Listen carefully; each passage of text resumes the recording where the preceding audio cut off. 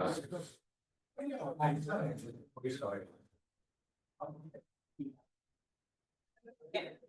need to kick off ski. Good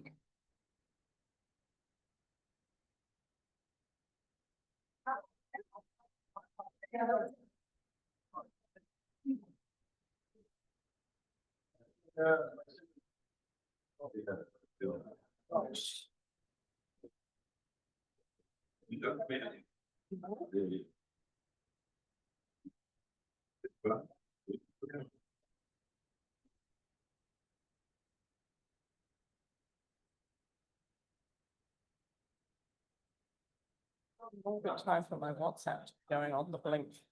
It's saying we need to update. Yeah.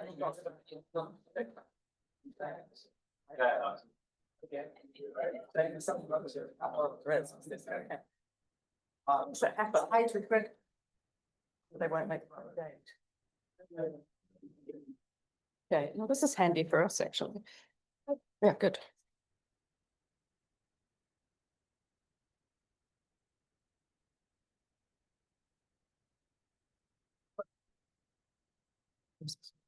It just stays on, doesn't it?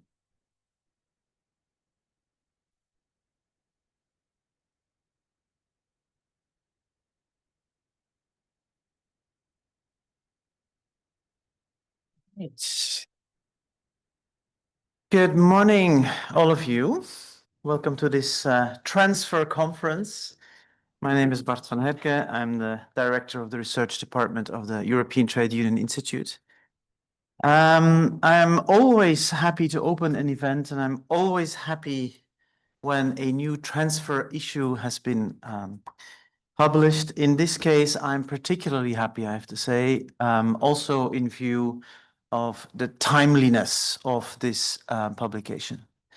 I had the privilege of participating yesterday in the Executive Committee of the European Trade Union Confederation, the ETUC, where the Vice President of the European Commission, Minsatu, has expressed her strong hopes and to some extent strong ambitions that with regard to the revision of the public procurement directives and the scope that it would give for promoting collective bargaining in Europe.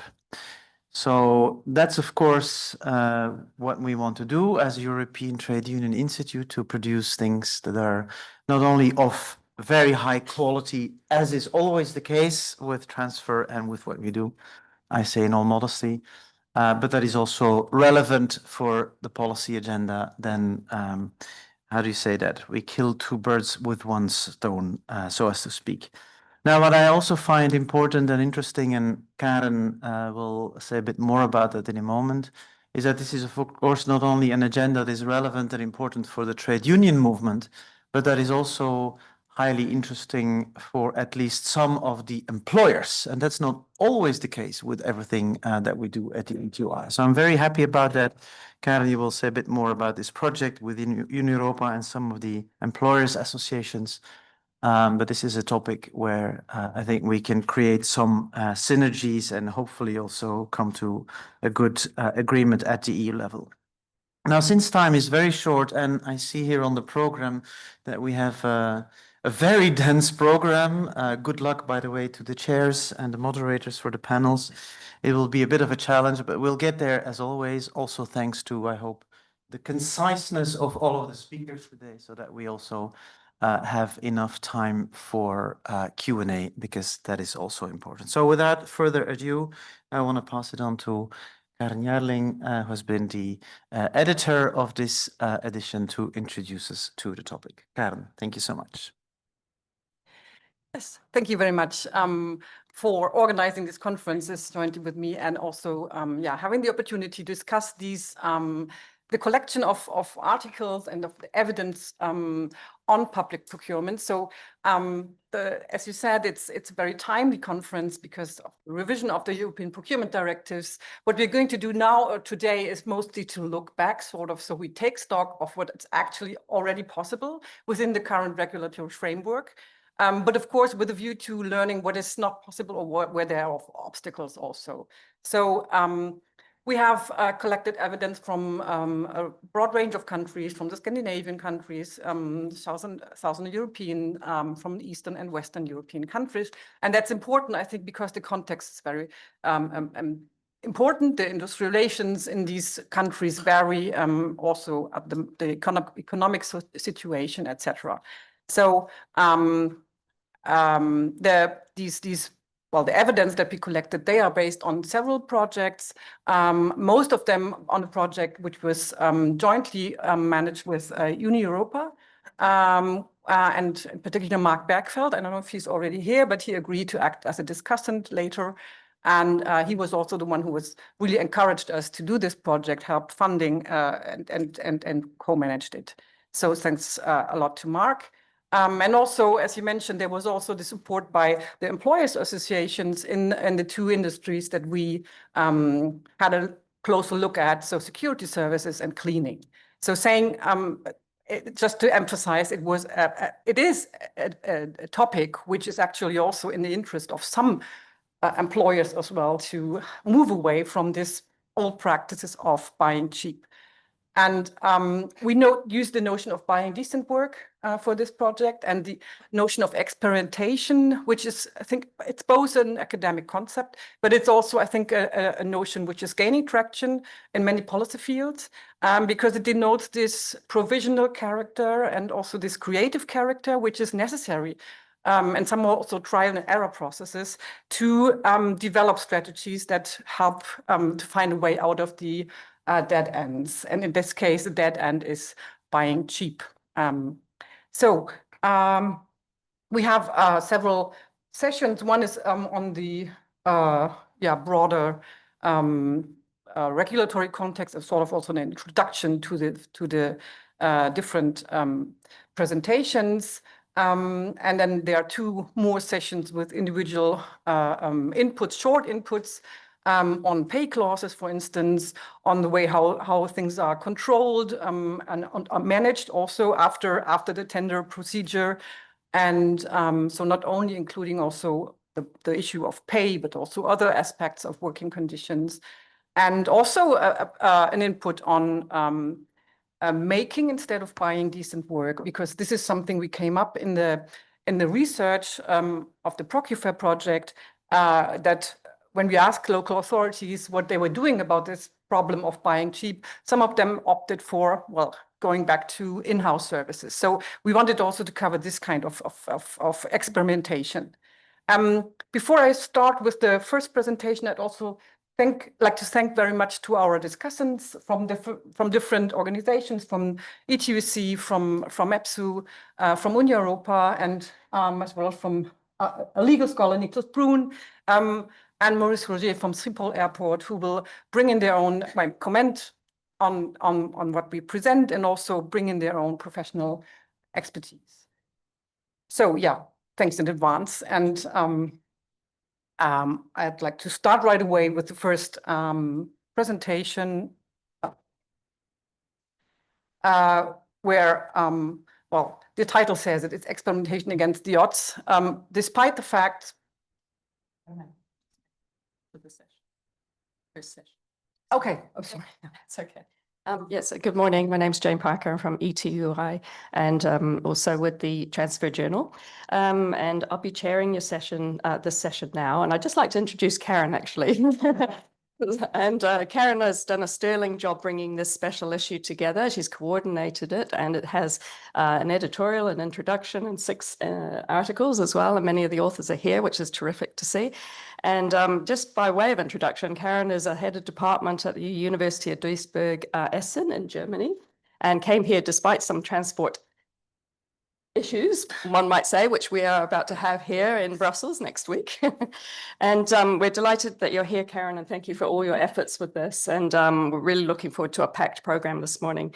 And also by very brief introduction, and I should note to Maria Nikolova in the room that say to you all that we are recording this today. Okay, so please let us know if there's any demurring on that score. But to my right, we have Joachim Smedman, who is, and I really love this from his LinkedIn post, a legal advisor. Well, he says a lawyer by training, a unionist by trade, and a human rights defender by vocation. So very nice synopsis there. And Joachim has to leave by 10. So if you see him leave the room halfway through, don't be alarmed. It's not anything that's been said. And then we have Emeritus Professor Nicholas Brunn to the far side of me. And Nicholas is no stranger to us, of course, at ETUI and ETUC. And he recently penned a very well-received working paper on collective bargaining and the public procurement issues, which Karen is highlighting. And you'll find that online if you are so interested, which I'm sure you will be. So back to Karen, no further ado, and welcome, Karen. Thank you. Yes, Experimentation Against the Odds is the subtitle. Although, as you are aware, I guess all of you, that since 2014, since the revision of the Procurement Directive, there's a lot more options, both at the European level and at the national level, to do buying decent work.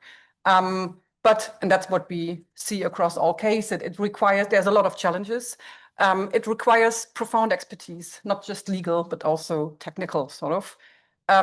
It requires to have comprehensive approaches, not just looking at the tendering procedure, but more also at what happens afterwards. And there are also, of course, budget constraints. And there's a remaining legal uncertainty in many respects and restrictions and something else. But the point is that these challenges have not stopped all public authorities to start experimenting with these new options. And what we see is, what we saw in these projects is, to some extent, a very noisy repoliticization of the old style of buying cheap in order to bring local authorities or public purchasers in general to decide to move away from buying cheap. And then there's also some forms of quieter, what you don't necessarily read in the newspapers or where there's not necessarily a parliamentary debate about. And this is very much about the how to do this. So this is the focus of the special issue. There are very innovative approaches of public purchases, of companies, of trade unions, employers associations, which try to make work better in the public supply chain. And of course, so this is the focus, this practical experimentation more than the, let's say, the legal developments. There have been legal developments as well at the national level, partly following the decision at European level, partly also preceding it. But we are very much focused on what happens on the ground. This is you won't probably be able to read it. So these are the cases of the ProcuFair project. And what you can perhaps see is that they stretch across the whole spectrum of setting new standards in terms of working conditions, then or extending them to a broader realm, so more companies, more industries, and very importantly, enforcing also these standards, because this is a very serious gap, not just for public supply chains, but for the collective agreements in general, or labor standards in general, that if they are standards, they're not necessarily really in place because they are not properly enforced. So a lot of these cases where local authorities, and we had mostly local authorities in projects, they oftentimes do more than just putting the standards on paper, but they also do something to enforce it or really implement it. That's a very important point. And as I said, you have this, I forgot to mention, of course, the very focus of the projects, of all three projects that are the basis of this special issue, was also the role of social partners. So we try to understand where actually are social partners involved, how they do adopt their strategies in order to get a say in this new field. And how does it help also in the process of implementing these new policies? They were relevant, for instance, in this process of noisy repoliticization, so where they attracted media attention, for instance, if there were scandals, and sometimes achieved the decision to at the local level or also the national level to do something about it. And then there's this kind of quieter repoliticization where you have the street level administrators for the public purchasers, basically, and they're trying to figure out now how could we actually do this. And in this situation or in this phase, we also have several examples where they use the expertise of also the social partners in order to do this, because they have the know-how, in particular when it comes to this technical knowledge in particular industries. So what I guess also some of you are aware of, there's not just state agencies who issue the kind of best value or the kind of guidance materials on how to implement strategic goals in public procurement, but also the social partners, both at the European level and also at the national level. So they produce soft law, these sector-specific best value guides that you have for several industries, including social security, cleaning, catering. And this helps the purchasers to really, well, select or to draft the tender documents, for instance. They're also active in disseminating these materials, because if you put it on paper, it's fine, but you're not sure if anyone does know about these best value guides. So they also, to some extent, offer seminars or are also contacted to some extent by public purchasers in order to help them do these experiments. And we also found in Spain this example where they systematically, and the employers systematically monitor calls for tenders, and they flag it to public purchasers if they see that there's going to be a problem the way the tender document is drafted with working conditions also, or with labor standards. Again, here also the employers have an interest, in particular the organized employers, that they are not facing tender documents or tenders where they actually know they can't compete, right? So this is a very important point. Expertise really is the coin in this area, and this can also be, let's say, a win-win situation between the trade unions and the employers, because it's a shared interest.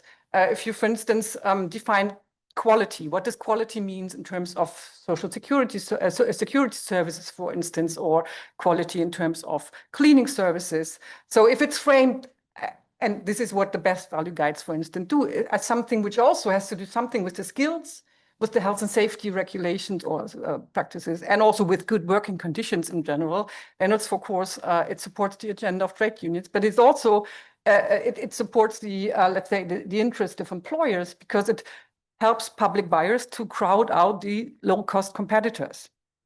So,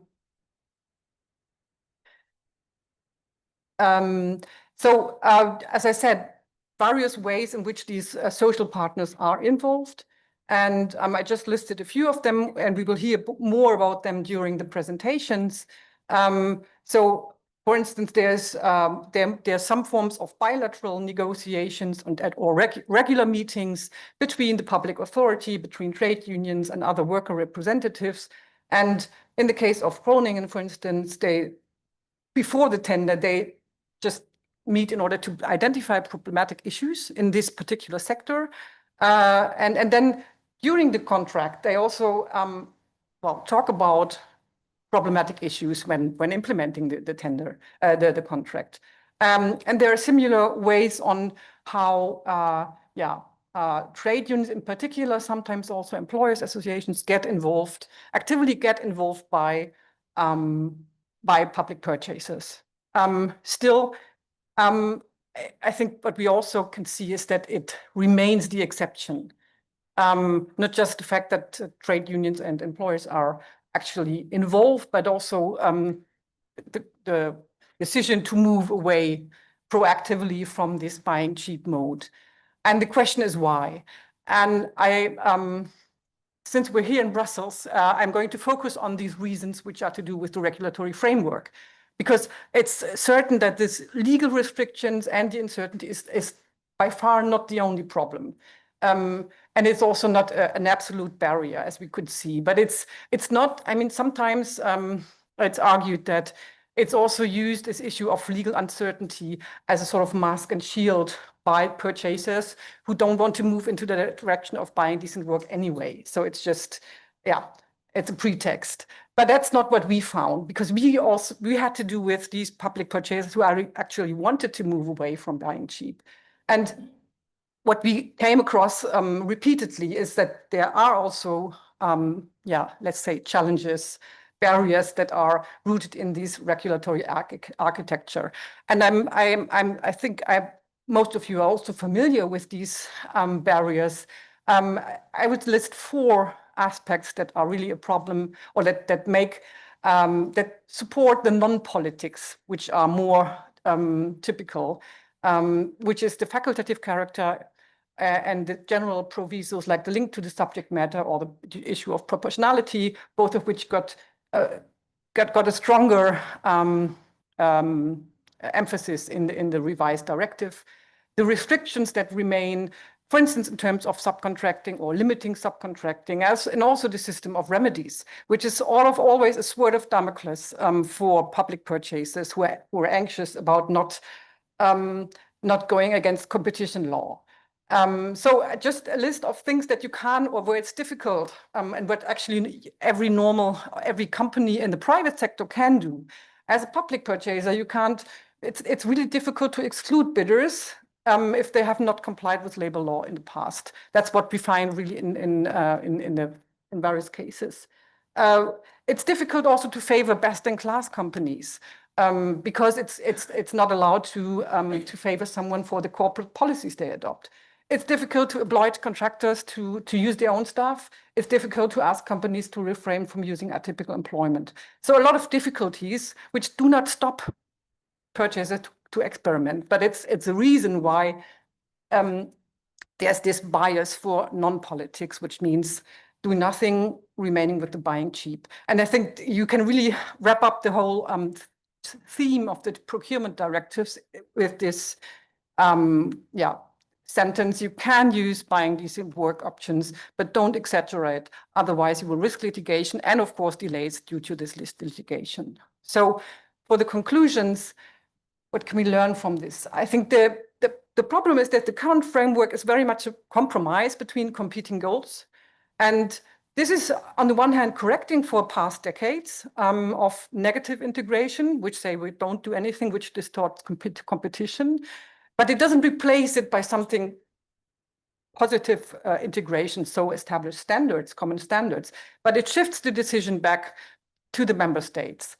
And the result is a very hybridized, a very big bureaucratic framework, a hybridized bureaucracy, which protects both goals. And this means there's a lot of provisions which try to avoid that the new options get used for some corruption, protectionism, and an excessive restriction on competition. So what the basic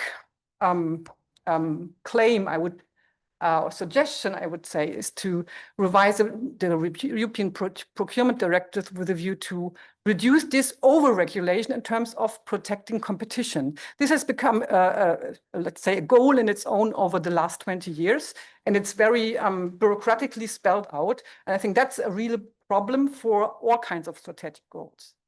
And for a bit more precise conclusions, I think some of this is also going to be explained more in detail by Joachim. The link to the subject matter is a problem. And at least it should be made sure that the collective agreements and also corporate policies that actively promote decent work should be accepted from this link. And very importantly, also the issue of subcontracting. And I know it's a long-standing claim also by several trade unions. It seems to be also in the Equality of Jobs roadmap. So perhaps this is also already on this way. What I also like to emphasize, perhaps as a last point, the regulatory sandboxes. I mean, this is there's a general mistrust, I would say, towards public purchases and the discretion they have. This is, let's say, the general theme. And I think now that there's more talk about these regulatory sandboxes that should be used in several policy fields, I think this is also something that could be used in the area of in the field of public procurement. Thank you. Thank you. Thank you very much, Karen. Plenty of food for thought there, and thank you for opening. We'll move swiftly on now to Joachim, because I understand you have to leave in about 14 minutes, so no pressure on you. Thank you for coming and welcome. Thank you very much, and apologies in advance indeed for having to leave immediately after this. But thank you for having invited also DTUC. This is really a flagship demand that we have since our last Congress 2.5 years ago, asking for a revision of the public procurement directives, because here we are talking about public money. It's 15% of EU GDP, and we believe taxpayers' money, public funds, should contribute also in terms of public value, added value. For us, this means good quality jobs, promotion of collective bargaining. And for this, we have been working since many years already together with our sectoral federations as well to spell out a number of demands. And this is really gaining momentum now since for next year, the Commission Work Programme 2026 has announced a revision already for the second quarter of 2026 of these directives. So I also want to thank you in that regard for organizing this event and providing us with all this evidence that we need to really push for our demands, which I will very briefly summarize, but you will hear that they are indeed reflecting many of the things that Karen just said. But in terms of process, already this spring, the Commission launched a public consultation for the evaluation of the current directives that indeed, in our view, has not really delivered on these objectives in terms of promoting social progress, but rather the opposite, stimulating often competition based on lowest price, a race to the bottom in terms of working conditions. There was also a dedicated hearing with the Commission and the social partners.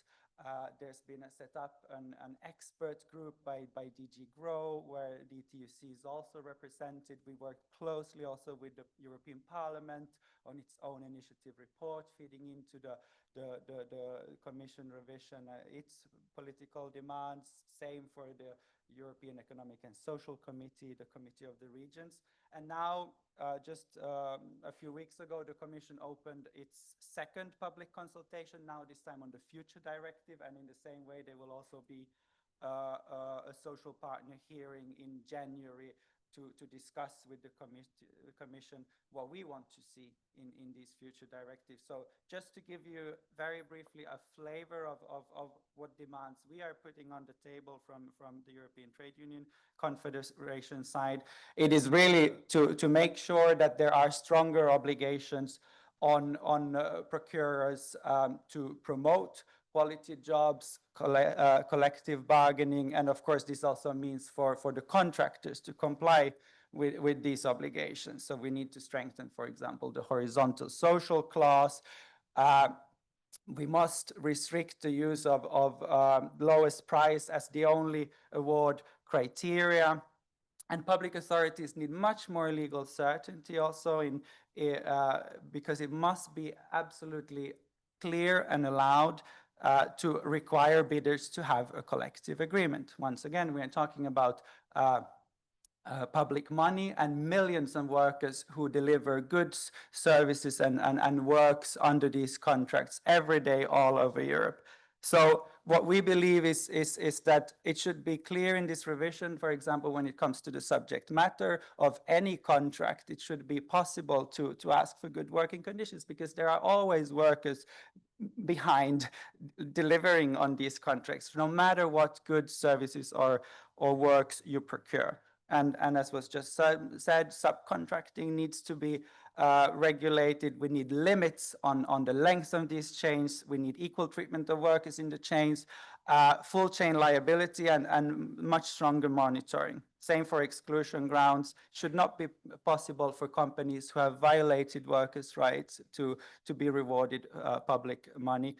And finally, of course, public or in-house provision of public services should always remain an option. So it's also very important to make sure that the revision does not put pressure on public authorities to outsource, because in many cases it can be done as efficiently or with even better conditions in-house. So it's also important that you have explored this dimension in your work, I believe. So thank you very much from my side.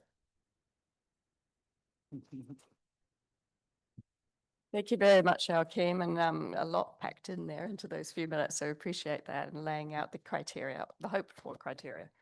Okay, whenever you need to leave, feel free. I understand you have a commitment. We'll now hear from our second discussant, Emeritus Professor Nicholas Brunn. Thank you. Thank you very much for inviting me to this exciting and important event. First, I want to start really to congratulate the team behind the transfer issue. It's really a great reading. It's very high quality, and it also contains very important information. So I recommend strongly that you read this issue of transfer. In this introduction, Karen made this distinction between noisy and more quieter forms of repoliticization, which is creating space for strategic public procurement. And it is, of course, a very blurry line between what is noisy and more quiet forms. And perhaps it's more a question of on which level we are acting. When we are on local level, it's perhaps more quiet, but of course sometimes local level can be very noisy, and sometimes a higher level can happen quite quietly. But I think it's a nice distinction, and what I think is, of course, that now will become quite a noisy issue with this revision. So we will see what happens. The background, of course, is this reform from 2014 on the directives on public procurement. And of course, this directive was when we look at the question of social clauses, it was a clear move forward with this article stating that member states really shall, it's not a may, it's a shall apply these social standards. But it's interesting that this was read in different member states in very different ways. Some member states started to do new legislation with obligations to do social procurement. Other states did nothing. They just said that this is business as usual, and they say this is more a programmatic clause that we must not. It doesn't need to be included in national legislation. And the interesting thing is that although we have very different approaches to this, the Commission did not intervene in any way. There is no cases where they would say that some states are not doing their job. And on the other hand, the court also have made some statement that this is an important clause, and I think it needs to be strengthened as it was said. But so now when we are looking for new regulation in this difficult political situation, we have of course a situation where I think there is a kind of agreement that there is need for some deregulation. But the question will of course be, will we go back to some more neoliberal approach in the name of this getting rid of overregulation, or will we open up for more strategic public procurement and more social public procurement? And this is of course the big fight that we will see in a noisy way. One of the interesting things here is that actually it seems that the most perhaps important decision maker now in this policy regard will be the European Court of Justice, because we have now two pending cases where actually the issues that are important here are at stake. We have one Spanish case, C 2010-24, where the concern is about, there was a reference that there should be an increase in pay in accordance with the collective agreement if the contract is made, and also an obligation for the contractor to stipulate that at a point no later than 1 month after the procurement contract has been formalized, following negotiations with the workers' representatives, the precise form that the pay increase is to take must be specified, and that the successful tenderer is also to seek to formalize an agreement, a collective agreement, governing the working conditions of the staff assigned to the contract. So there is an obligation to negotiate for the tenderer. It's not an obligation to make a collective agreement, which would be problematic from the point of view of free collective bargaining, but an obligation to actually negotiate. And this is now pending in the court, and actually the Advocate General has said that this is okay, that this, but the interesting, the special features with this case is that the contract at stake is below the threshold where it's mandatory. But the Spanish law has introduced the same EU rules also for the public procurement under the threshold. So for them, the same rules apply, and therefore the national court asks, is this okay under EU regulation? And we will get the answer, and this will, of course, be an important precedent. And then we have another case, which is also very important, which landed in the court just now in August, which is a Danish case. It's an environmental case. It is a question where the award criterion included sustainability issues, and for where you got special points and could be awarded the contract. And here the question is how this concept of be regarded as linked to the subject matter of the contract, how this should be interpreted, whether in this case it is possible to argue that this sustainability criteria was regarded as being linked to the subject matter of the contract. And also something on subcontracting is at stake here. So it seems that actually when we look at what will happen with the Commission and the Parliament, these cases are very important, and I think it's important perhaps to try to create some noise in order to make sure that the court knows that these cases should be decided in a proper manner. Thank you very much.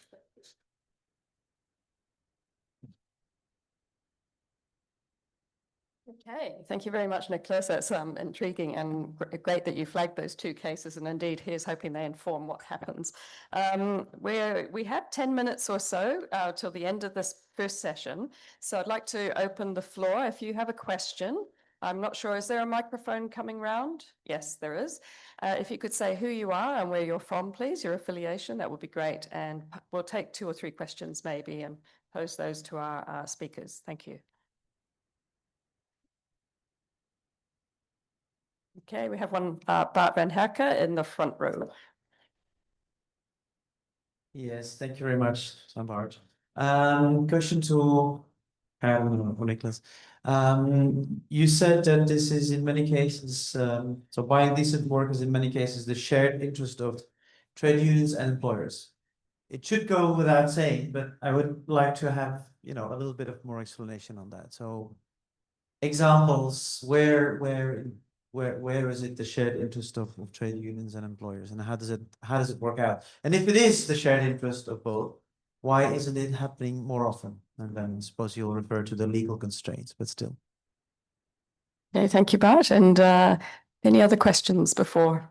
Yes, Kirsten. Hi, I'm Christine Alsas from FAFO in Oslo. I had a question about the award criteria and whether you have examples of that they're being linked to having a collective agreement, that this could say something about the quality of the services that is delivered. So, because I read what Nicholas wrote for ETUI about public procurement, I think you mentioned that in some countries they use collective agreement as a kind of a quality criteria. So whether you could explain something about that. Mm-hmm. Okay, thank you. Any more at this stage? Okay, so over to you, Karen and Nicholas. Yeah, well, it's true, it should be, and it is in the interest of some employers, associations also, because their goal is to protect their own organized members who are covered by a collective agreements. And if they want to compete on public contracts, they are competing against others who might not apply this collective agreement. So actually, there should be, I mean, the fact that public purchases necessarily don't follow the interests of social partners is apart from that. But I mean, for instance, you have, when we did the interviews, we had also interviewed with employers who said, well, it doesn't help us enough if there's a minimum wage, which is extended across the board, or even the lowest wage or collective agreement, because we still compete on price. And then, of course, no. So we're interested actually in having collective agreements made extended for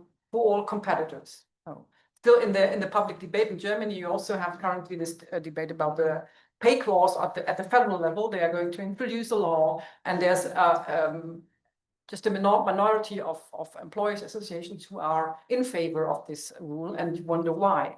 I don't have an explanation actually for this. It's I think it's the same a bit here at the European level. I assume for the current revision of the Procurement Directive, where I assume that some employers associations are in favor and others, or the majority are perhaps not, but I don't have an explanation. Should I continue? Yes, I think I mean it's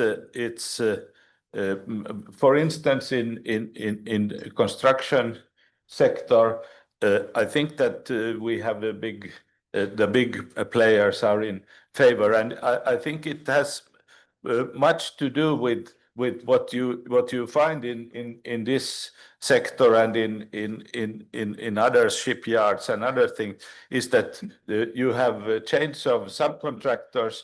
Within subcontractors, they use undeclared work. They use different kind of posted workers who are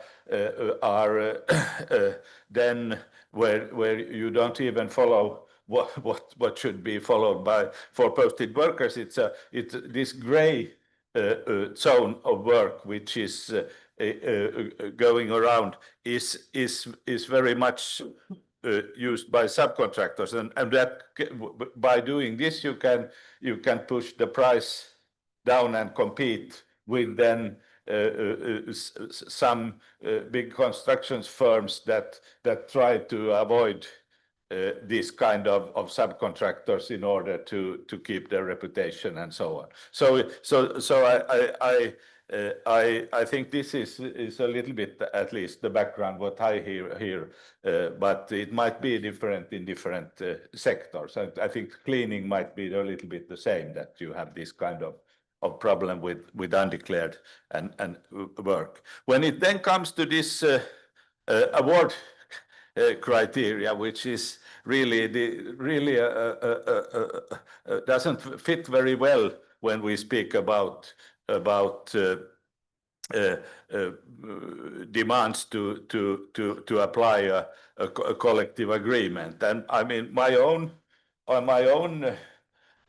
argument has been that every time when you have a contract where you have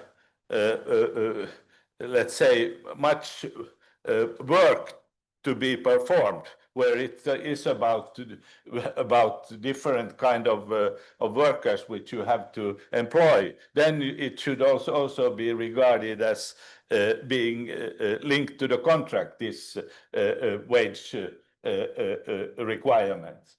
But it is not sure that everyone agree on this. But there is actually this link to the contract has been much more discussed in the area of environmental criteria, and it has not been so much discussed in the context of labor law and collective agreements, and therefore we don't really have a very clear picture of how, for instance, the court would interpret it. But there is at least this argument which you can present.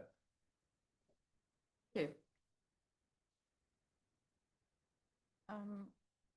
Well, perhaps this issue of the link to the subject matter and collective agreements, I mean, this is one of the examples which means that these restrictions stem from competition law makes things much more complicated than they could be. Yeah. For instance, I mean, you can ask companies to apply a collective agreement for the part of employees who are involved in performing the contract for the part of hours they use. So companies can calculate with different wages for or have to then calculate if they're not covered by a collective agreement anyway. What you cannot do according to the current framework is to say, well, we are going to restrict competition to companies actually covered by a collective agreement and who've proved in the past that they actually apply this collective agreement, because this would then exclude bidders, and that's certainly a problem if there are companies involved from other countries where it's in fact difficult perhaps to join a collective agreement, employees associations in this country. But a large part of tenders, there is no single bidder involved from other countries. That's particularly true for the service sector. So and still there you also cannot say, well, we're going to make this restriction because of the link to the subject matter. So I think there's need for reform. Thank you, Karen. Thank you very much. Martin, a quick question from you to wrap up, perhaps, and maybe Bart, if we have time. Martin Keun from the University of Amsterdam. Quick question. To provide more legal security to public organizations to actually buy decent work and to also steer the European Court in the right direction on this, is it enough? Can you do that within the confines of the directive, or do we need broader changes in the treaty for that? I can ask. Can I make my question? Yeah. Thanks. Very briefly. Since we have a few more minutes, so we know since the 11th of November that the court has confirmed the minimum wage directive. Big win for social Europe. So I'm wondering, maybe especially for Nicholas, are you then optimistic in view of that judgment, where only two relatively minor clauses have been annulled, and where there was a strong confirmation that promoting collective bargaining is a competence for the European Union? Does that make you optimistic, or maybe not, with regard to the two court rulings that you have cited there that are pending now, and will they provide more legal certainties in that way? In that case, it is linked to Martin's question. Thank you. Yeah. I think there is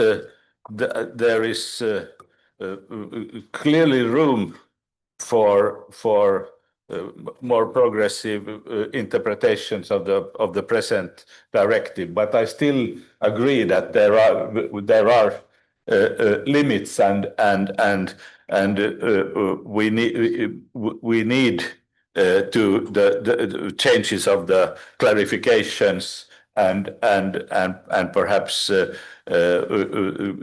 deregulation of the present directives. Also, I think, although Karen said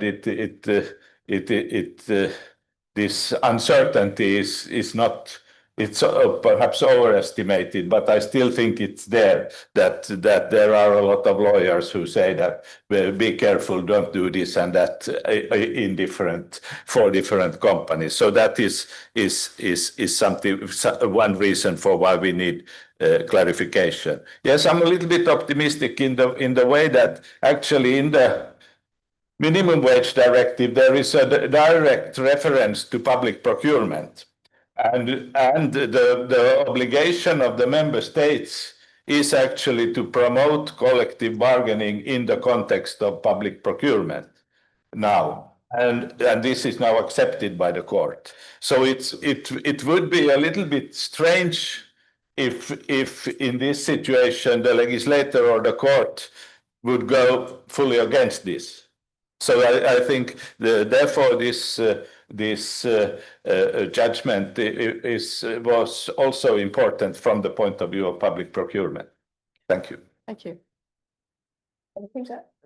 No, I'm afraid I cannot answer Martin's question. No, there's a need to change the treaties, but perhaps someone else in the audience. Okay, I think that's okay. I think we had some bigger picture stuff there that just came through from Nicholas as well. So thank you very much to our speakers, and that ends our session.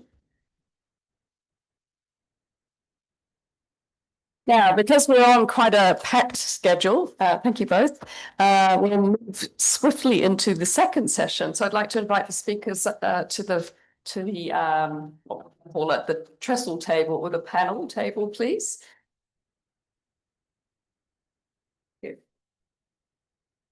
Oops.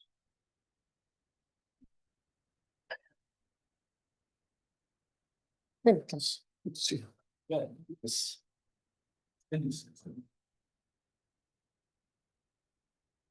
And while we're just getting ready, the second session focuses on labour clauses in different collective bargaining systems. So we'll go under the hood a little bit more and dig a bit deeper here in particular countries or jurisdictions.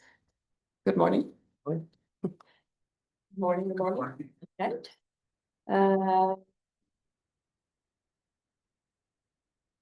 Simona here. How do we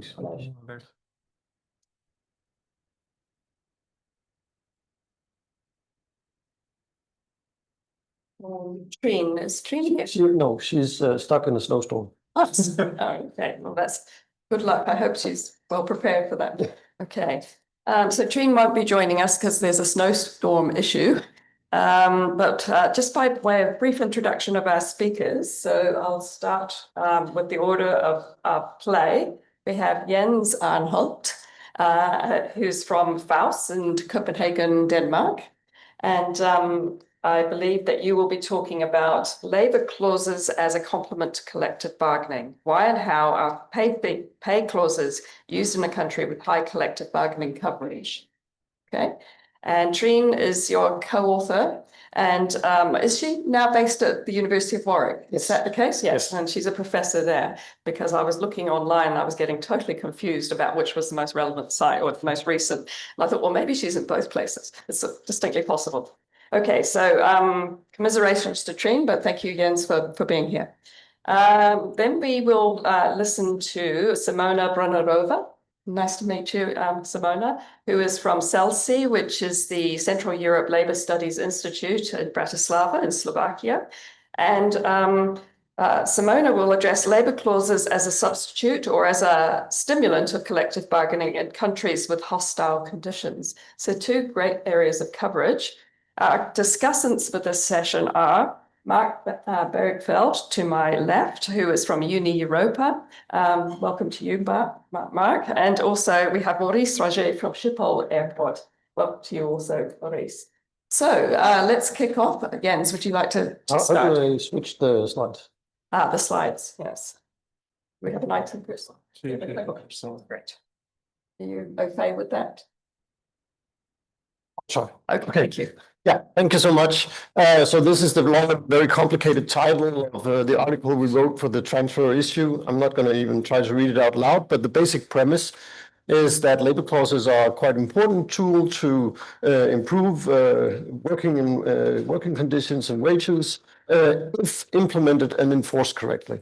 And so the basic question we're trying to ask is, what kind of challenges arise in the implementation and enforcement of clauses, and what do local actors do to overcome these challenges?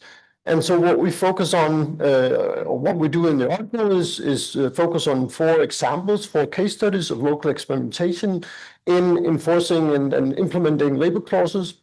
And all 4 cases are drawn from Denmark and Germany. So countries where collective bargaining is still a very prevalent tool for regulating wages and working conditions. And so the issue there also pops up. What is the tensions between these 2 types of regulated wages and conditions? So very briefly, we identify at least 3 tensions that are in that occur when these things are implemented and in trying to be enforced. And so the first one is high political ambitions, but insufficient resources for the authorities that need to do the enforcement and implementation. The second is divergent policy goals. So on the one hand, there is a marketization, a focus on cost saving, which is sort of also become an ethos for many public procurement officers. And then on the other hand, you have buying decent work agenda, which focuses more on a broader palette, and there's a clear tension there. And finally, which is also important for this issue here, is there a tension? Does public procurement labor clauses support or even promote strengthen collective bargaining, or does it sort of establish a supplement system, a system on the side, and thereby divert attention from what should also be done to improve collective bargaining? So we have 4 cases. I'm only going to speak to 2 of them, and they're sort of linked in the article as sort of cases that more and more overcome some of these tensions. So the first one is the case of Karlsruhe, where unions made a major effort back in 2020 to persuade politicians to introduce labor clauses. And they were successful in doing that, but in the implementation process, they faced a number of challenges.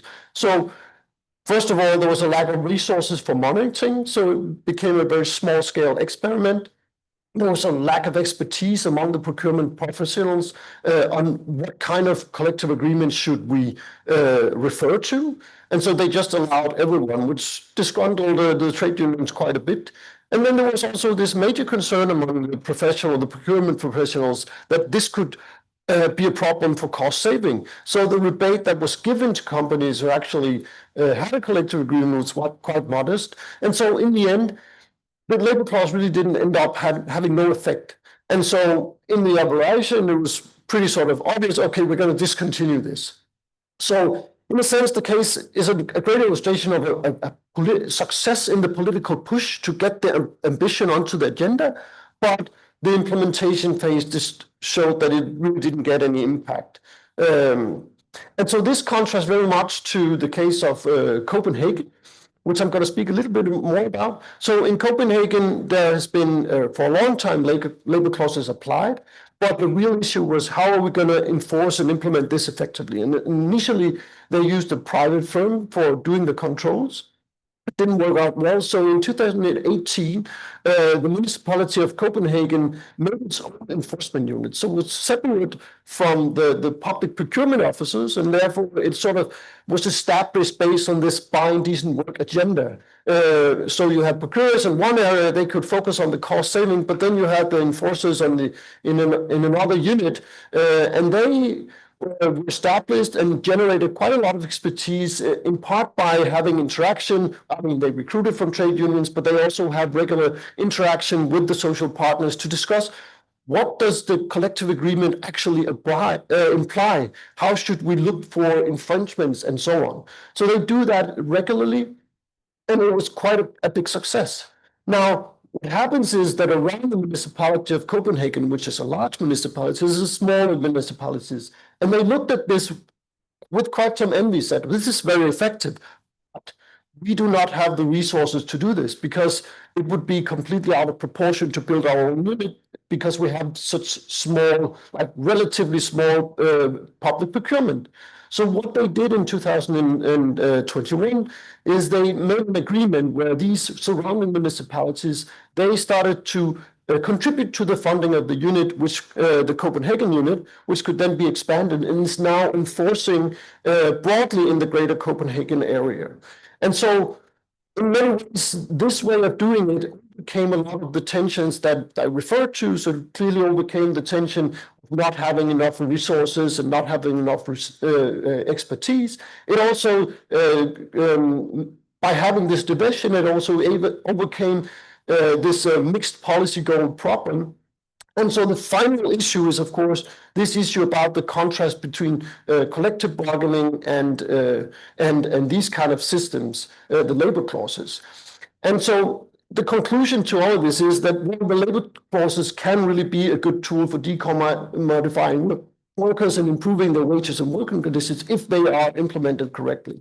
But I think one of the key takeaways from what we saw across a lot of the cases, or all the cases, is that this tension between wanting to secure these decent working conditions and then not undermining collective agreement is still there. And I think there are legal uncertainty, as also already discussed, and constraints.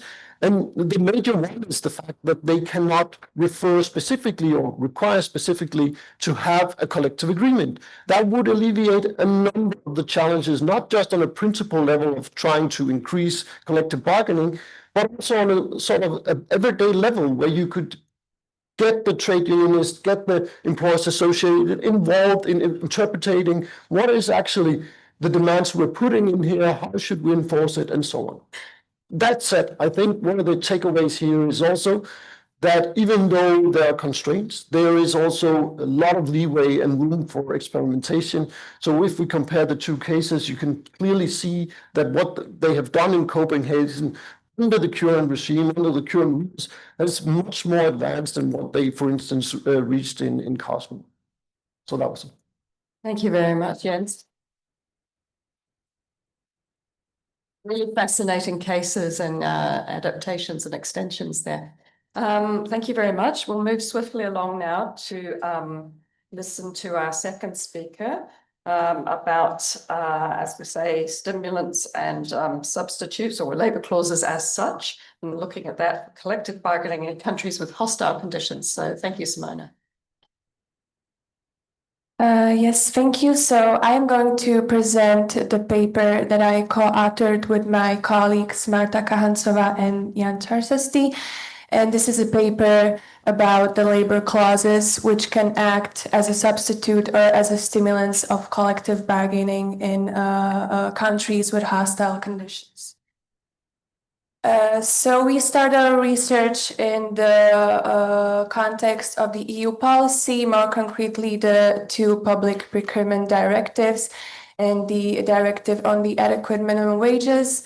And as we know, the public procurement directives introduced the idea of actually promoting public procurement that is socially responsible, which can be done also through collective agreements. And then we have the adequate minimum wages directive, which, as we know, aims to promote collective bargaining. And so what we aimed to look at in our paper is whether these directives can create opportunities for improvements in collective bargaining, and on the other hand, whether the collective bargaining can enhance the main goal of the socially responsible procurement.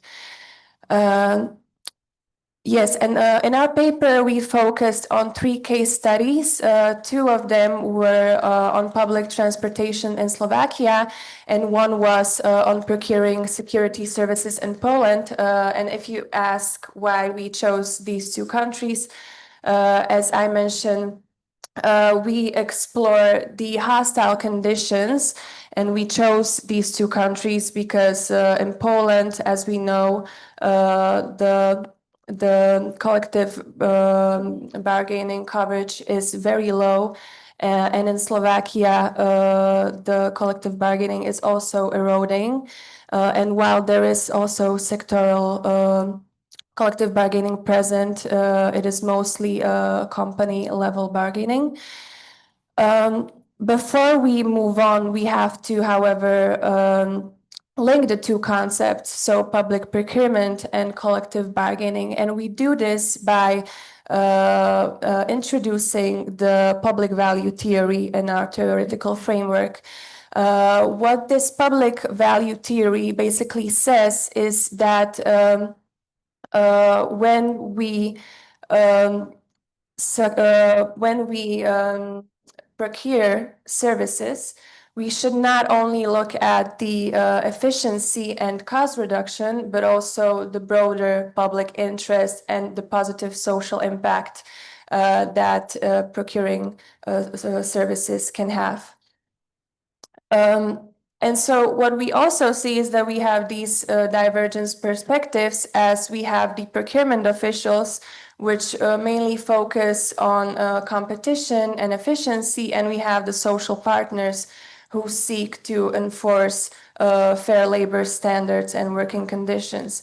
And so we have this key tension where we wonder whether procurement only should reinforce the market making and the competition, or whether it can actually mitigate hostility and conflict by making employers and unions work together to ensure fair working conditions. So here we have a table with the 3 cases. I don't know if I will have the time to go through all of them, but so the first case was the case of Poland in the city of Poznan, and here the city was contracting security services with a private company. And what happened is that there was a huge scandal because it was found out that the workers, agency workers, were actually underpaid and also denied wages. And what happened is that although these workers were non-unionized, the grassroots trade union called Workers' Initiative actually stepped in and intervened and applied legal pressure and also the naming and shaming tactic.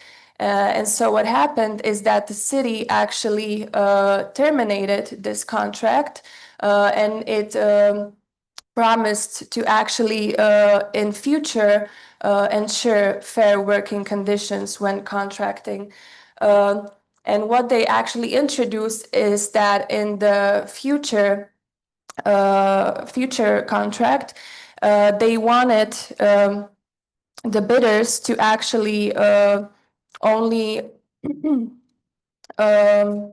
to ensure regular employment contracts of the workers. And they also introduced a wage criterion. So the higher the wage that the bidders would introduce for the workers, the more points they could get. And so what we see is that there is a potential leverage via these social clauses, although the unions lacked a formal bargaining channel.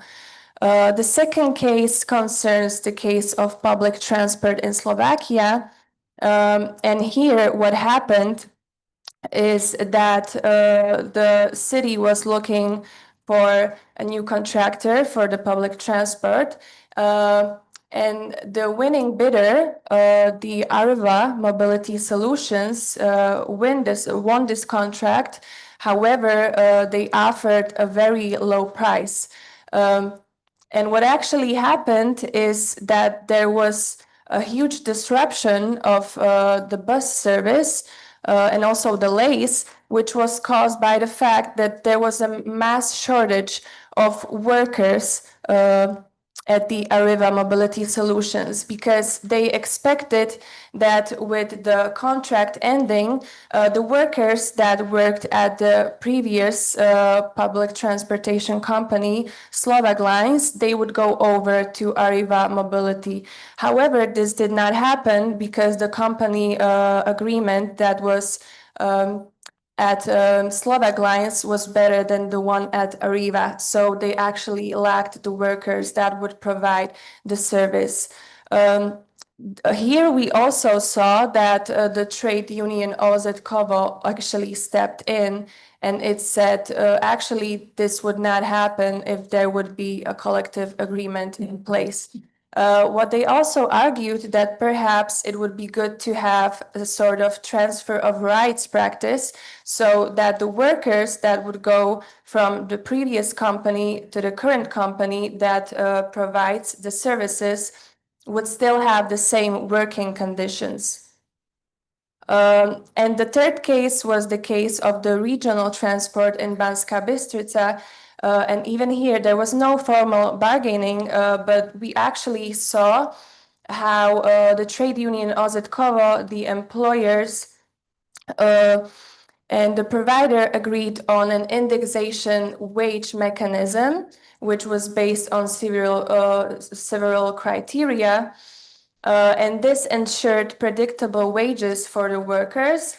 However, on the other hand, the trade union also argued that it could actually be not supporting further collective bargaining, because this mechanism also stated that there could be future collective bargaining that could still increase the wages, but only by 1%.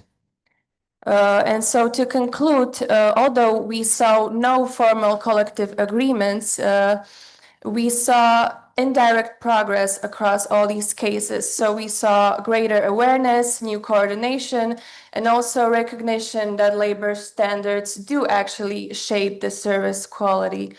And as we saw across these cases, the trade unions remained very important as watchdogs and some kind of informal enforcers of the fair working conditions. And so we see that public procurement can actually become a testing ground for rebuilding social dialogue and collective agreements, especially in the countries where collective bargaining is already weak. And we see that creating public value depends less on the legal clauses and more on the actors' capacity and willingness to actually cooperate on these social clauses. Thank you.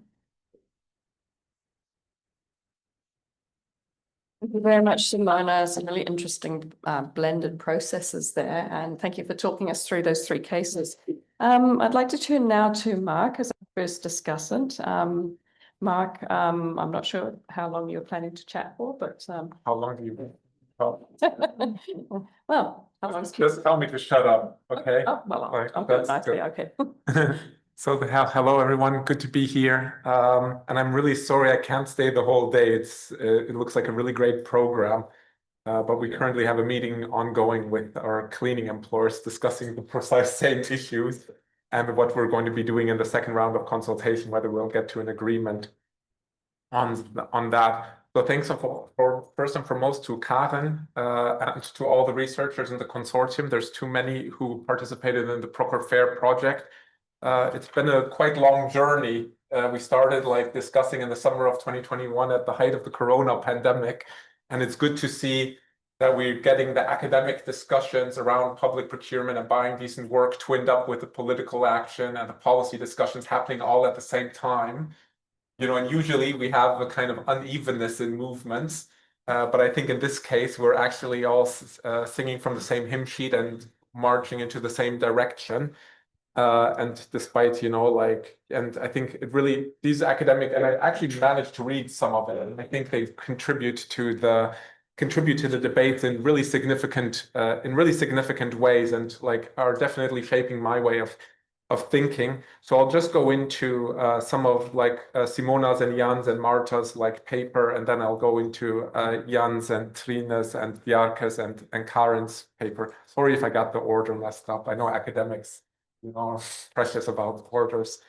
So I think the starting point of Simona, and I'll just say Simona's presentation, of concentrating on public value is really crucial at this moment, because what we've seen politically happen is post the COVID-19 pandemic is lots of these workers who are working on outsourced contract or on public contract being labeled essential workers, and their public role or their social role in society being recognized.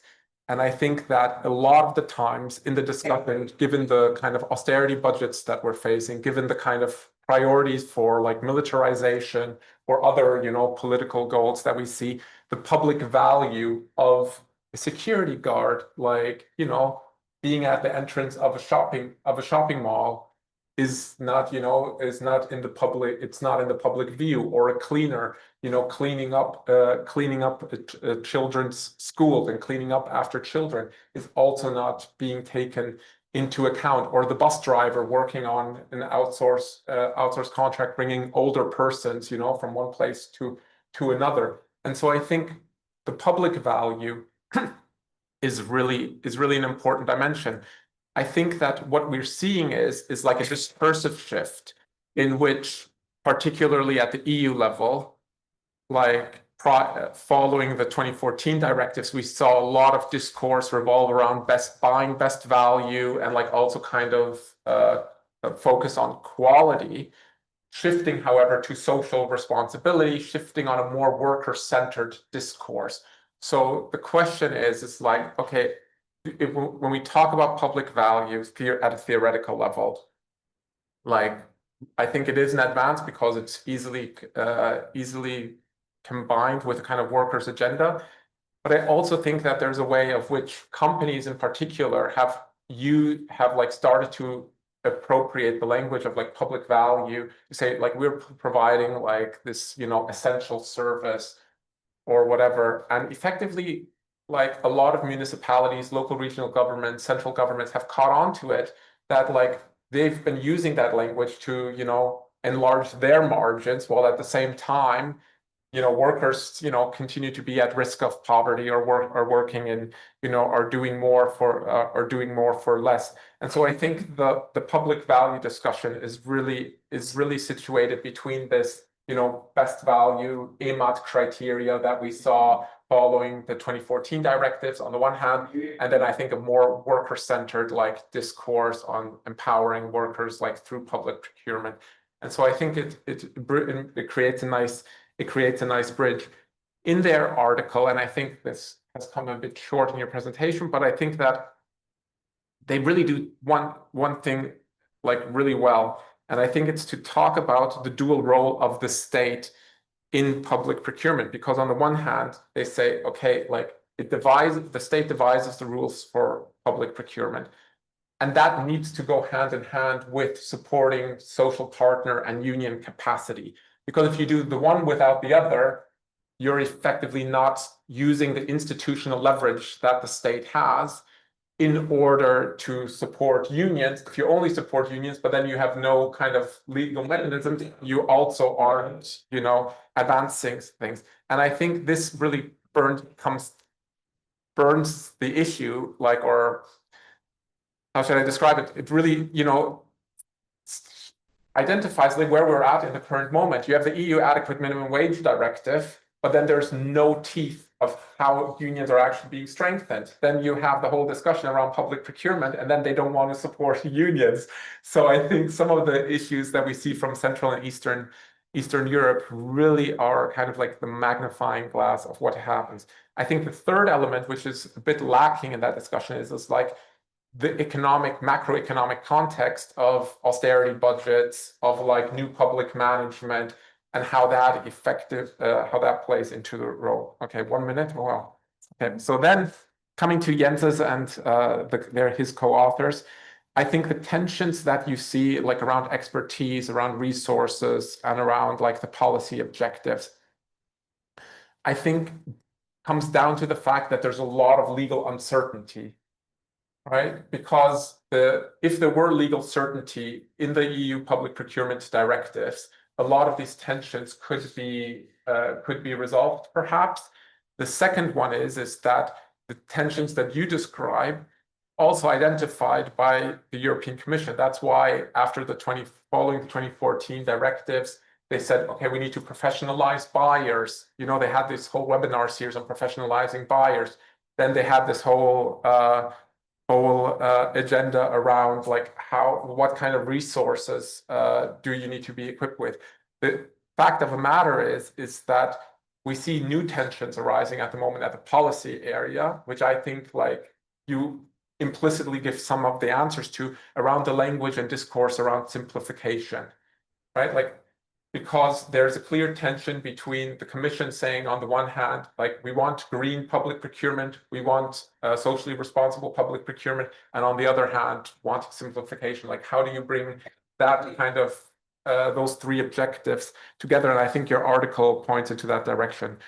Just one thing to be said, I think that's the transfer issue. I think is clarifying a lot of issues for policymakers and like unions. It's like up to us to it's for us to use it, and I think we'll see in the coming couple of months we'll see like that. And I think Nicholas from Helsinki University was saying like we need to create more noise, and so I think it's really important that these discussions don't only remain, you know, within the pages of the journal, but are also carried forward in a very public and open way. Like, you know, we managed in 2024 to get like Piketty, Isabella Weber, and everyone like to put a letter forward by economists saying that security guards and cleaners deserve collective agreements and fair wages. And I think like industrial relations scholars can give those like, you know, political demands more, you know, like put the meat on the bones in some ways. So I think that's really, you know, I look forward to, you know, cooperating on doing that. Thank you. Thank you very much, Mark, and for emphasizing that more holistic approach too, ultimately as a message there. And finally, but by no means least, now we'd like to hear from Maurice Roger from Schiphol Airport. And I'd just like to add that he's the head, I believe, of the quality of work unit there. Yes, and that job title said it all, I think, because we have a small team of 6 colleagues that have to manage the quality of work at the airport, even though that we are not the how do you say it, the employer of all those people working at the airport. Indirectly, we are the client, the operating manager and the client of some suppliers, but not every supplier at the airport do we have in control. So let me briefly state some brief history, where we came from, where we now, what our interest is as a purchaser of not only decent work, I think, but good work. Let me give a few examples of labor clauses in our collective bargaining systems, in our contracts, in our tender requirements, and at the end, I will mention some tension we are experiencing using those labor clauses and interfering probably, maybe, in collective bargaining systems. So a few steps further, I think. We came from 2022, which was a disaster just after COVID, and everybody wanted to travel again by plane.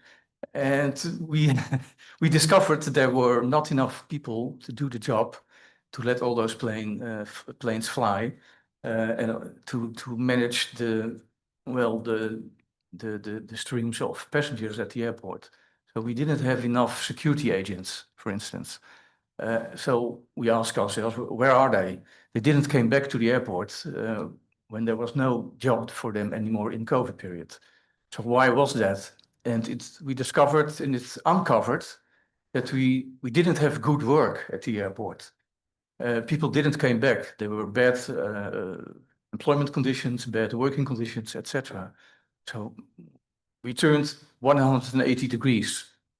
So from that moment on, it was our policy to have good work at our supplying organizations. And therefore, we did have to incorporate policy of good work in our purchases and in our awarding criteria in tenders, in our requirements, in our guide of requirements for the contracts that could be won by the tender. So structurally now, since last year, 2024, in every tender for labor-intensive work, and we have a lot of those tenders for outsourced work, labor-intensive work, for cleaning, security, bus transport to the airplanes, the assistance of non-mobile passengers at the airport, parking, you name it. It's all outsourced. And it's about probably some 10,000 employees working at suppliers for us. Where with Schiphol Airport, there are 3,500 employees managing the operation of the airport. And indirectly, some 10,000. And furthermore, there are 60,000 other people working at the airport with the airlines, with the ground handling organizations, etc. But in every tender, we have awarding criteria for quality of work and requirements for the contracts regarding quality of work. For instance, quality of work is weighing 15%, 15% of the total criteria for awarding the contract, whereas price is also 15%. So it's competing equally with price. Next to other quality criteria, quality of service, quality of passenger experience, etc. So now structurally in every tender, we demand quality of work. If it's about collective agreements, we met the same restrictions that are mentioned before. How far can you go by requiring the application of a CLA? So we try to formulate it in a way that our suppliers are obligated, are required to prove by auditing compliance with the applicable CLA for that sector, for that work. And not only for the main contractor, but the subcontractors have to meet the same requirements as the main contractor also has to meet. So the same goes for the application of the applicable CLA. So they have to prove it, not only upfront, but during the whole contract. And we now only do contracts for 8 to 10 years. So there's enough room also to invest enough in the quality of work during the whole contract. And every year we are monitoring if they meet the requirements to be stated for quality of work upfront. Also, it's required to only hire temporary agencies that also meet their own collective agreement. In the Netherlands, temporary agencies have their own collective agreement. So the main contractors can only hire temporary agencies that meet their own collective agreement. So we're trying to have a tight network of requirements for not only main contractors, but also subcontractors and hiring temporary agencies. But on top of that, we're also requiring that our suppliers have to pay 100% compensation for travel costs. And that's not even agreed upon in collective agreements. So we're asking more than the collective agreements, which is very, well, on the boundaries, if not across the boundaries of what we can do according to procurement law, etc. So I'm not inviting anyone to challenge this in court, but here now in this company. Well, we thought if you want to have an attractive labor market proposition, to have guarantees that you have enough capacity, human capacity, because we are a labor-intensive operation. If you want to have an attractive labor market proposition, then it must not cost you money to work at the airport. It costs a lot if you have to travel to the airport and park your car there or etc. So they have to meet that requirement of 100% compensation travel costs based on public transport, of course, but we also have to meet goals for sustainability. So there we have to balance between different goals of sustainability and having an attractive labor market proposition. And that's what our interest is as a purchaser of decent or good work. It's in our interest that there is good work because we need to have a good labor market proposition in a very tight labor market, not even now, but also in the future. So and we need stable labor conditions, stable labor relations at a very vulnerable operation for disruptions, for strikes, for instance. You only have to strike 2 hours at the airport and it's completely disrupted. So we're very vulnerable for that sort of disruptions. So that's another goal for us, have stable labor relations and a good labor market proposition. And of course, we have a societal responsibility, social responsibility. Lots of people working at the airport also live in the region, which is not very cheap to live in Amsterdam region. So from also our societal responsibility, but also business-wise, we need to have good work. So we have an obligation for ourselves also and our suppliers as good employers to meet those requirements that I mentioned before. So that's the part of the package of requirements, because we have a lot more on working conditions, on job content, on labor relations, but this one meets the collective agreements and collective bargaining system. And here comes the tension with that collective bargaining system. Because unions tend to demand from us that we not only require that there will be compliance with the applicable collective labor agreement, but they want to step up from that. Unions demand that we also fix a norm for a minimum livable wage, which they think is more than they themselves have agreed upon in their own CLAs. That's a bit of a tension that we are meeting, that they are demanding for us that we have to meet those kinds of norms for a higher minimum level of livable wage than in the collective labor agreements. And if we tend to meet that demand, then we're interfering in the collective bargaining. And those collective bargaining systems are not exclusively for the airport. Some of them are, but most of the collective bargaining systems and collective labor agreements that are applicable at the airport are nationwide, sectoral collective labor agreements. So we are going to interfere if we are meeting demands for higher wages than in the collective labor agreement. And so we're also an employer and we also a member of an employers organization nationally. So those different interests who are confronted with each other brings tension with unions that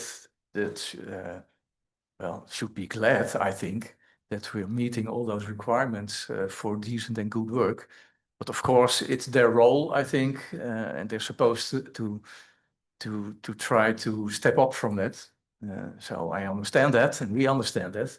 But it brings some tension also in being a good well, purchaser of good and decent work at the one side, and respecting also the freedom of collective bargaining in the sectors that operating nationwide.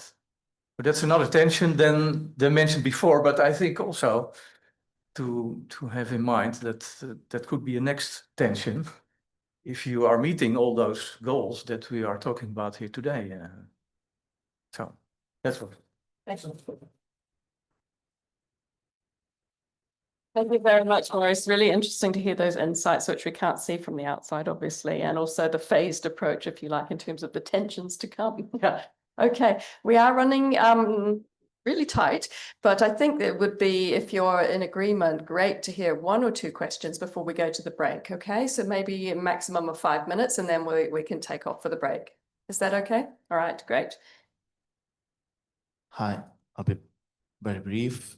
I have 3 questions. First, to you in Schiphol, have you considered insourcing? Because I would think that some of the positions that you've mentioned are not going to go forever. I mean, there's always going to be disabled people. There's always going to be buses to drive. There's always going to be things like this. And not to break the national collective agreements, you surely can have one for airports, which are a very specific place. So why don't you take in-source? Why don't you take them on board? Instead of having a unit, I know it's very Dutch to basically outsource everything and then check concretely.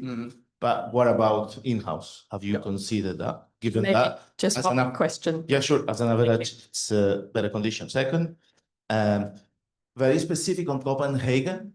You mentioned in 2018, they had a private provider doing the checkouts. Do you know if this private provider also went through a public procurement and if they had like a collective agreement? Because we've seen, like, for instance, labor inspectors being outsourced, and then it's who inspects the inspectors and so on and so forth. I should have said Pablo from EPSU.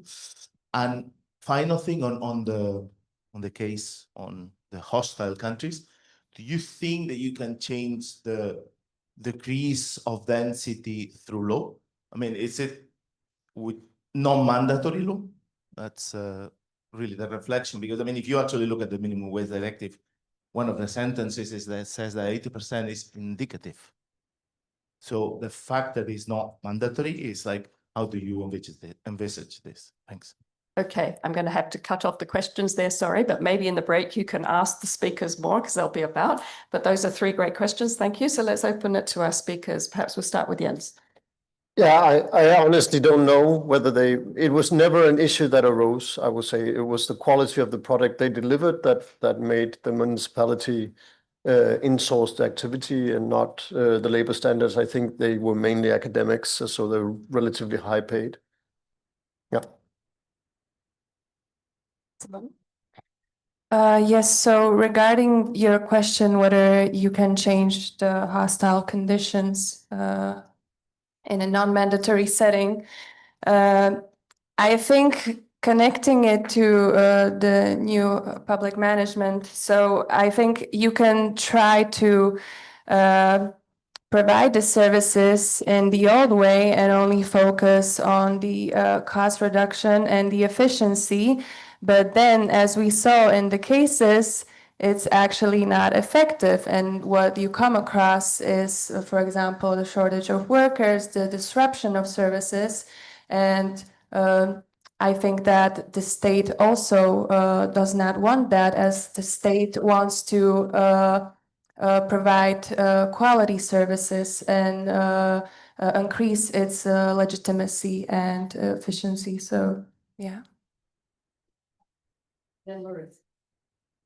Yeah, I think the point that sparked my interest was the one that Maurice mentioned about the tensions between the sectoral collective agreement and the airport and the demands at airports.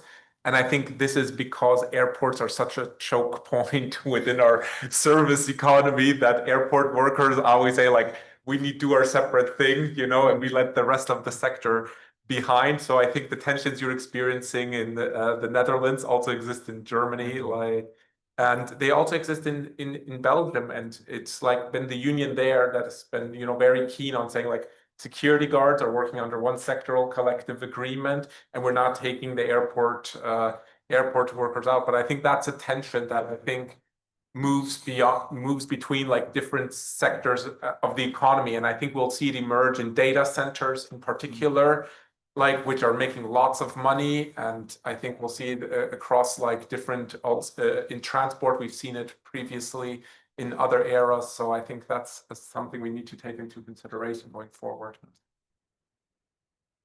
Well, then the very legitimate question about insourcing.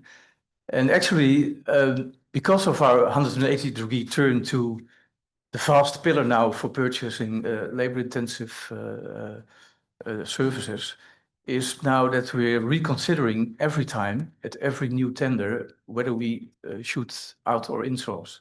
And actually, now the security tender just finished, and prior to the decision to tender, we stated that we wanted to have a joint venture with the security companies. So now we 25% owner of those companies at the airport. There are 3 players, 3 companies have the new contracts, and in every 3 of them we are co-owner. So it may be a step up to eventually insourcing it completely, but you have to take in consideration that there are 5,000 agents, security agents working at the airport. And we are now a company with 3,500 employees. So if we insource 500 security agents, then we become a security company. And in the whole structure of CLAs, collective labor agreements, then we have to cope with now 3 collective agreements in our own company. And for some companies, that's still peanuts, but for us, it's very complicated. So that's one consideration, to not swiftly turn over to insourcing those kinds of services, but we are reconsidering it every time now. So that's, I think, a step forward. Thank you for nuancing that. It's complex. Yes, that's really is. Right. Thank you, everybody, for your attention and going the extra mile. Let's give our panel another clap, please.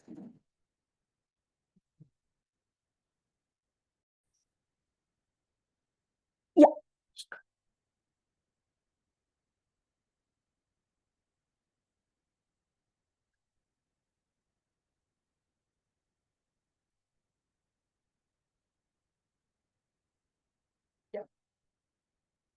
Perfect. Thank you.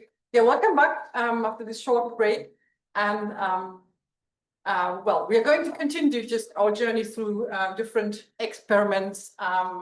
And I think what we've already learned from the last sessions is that devil is very much in the detail. And that's also something that the 3 next presentations will show, I think. And which are also about buying decent wages. But as I said, there's also one input on making decent wages by partial, at least, insourcing. So without further ado, I'd also like to welcome the 3 speakers. And we'll start with Lisa Perugatti from University of Milan, which is going to tell us something about the labor clauses, say in the Italian context, which will be followed by Frank Tost from University of Amsterdam, who's going to talk about several examples in the Netherlands. And then François-Xavier Devité from IRES in Paris, which will present some findings on different experimentation with insourcing services. And this will be followed by comments from Maurice Roger, who was also in the previous session, and Pablo Sanchez-Centelles from EPSU. So thank you very much for agreeing to present your cases. So Lisa, will you want to start? Yes. Do you have a pointer for changing the slides? Yeah. Thank you very much. So thank you very much. I'm happy to be here today to present something which is joint work with my colleague Anna Mori from the University of Milan, who couldn't be here and apologizes. So in this presentation, we look specifically on the role of trade union power resources in experimenting with buying decent work.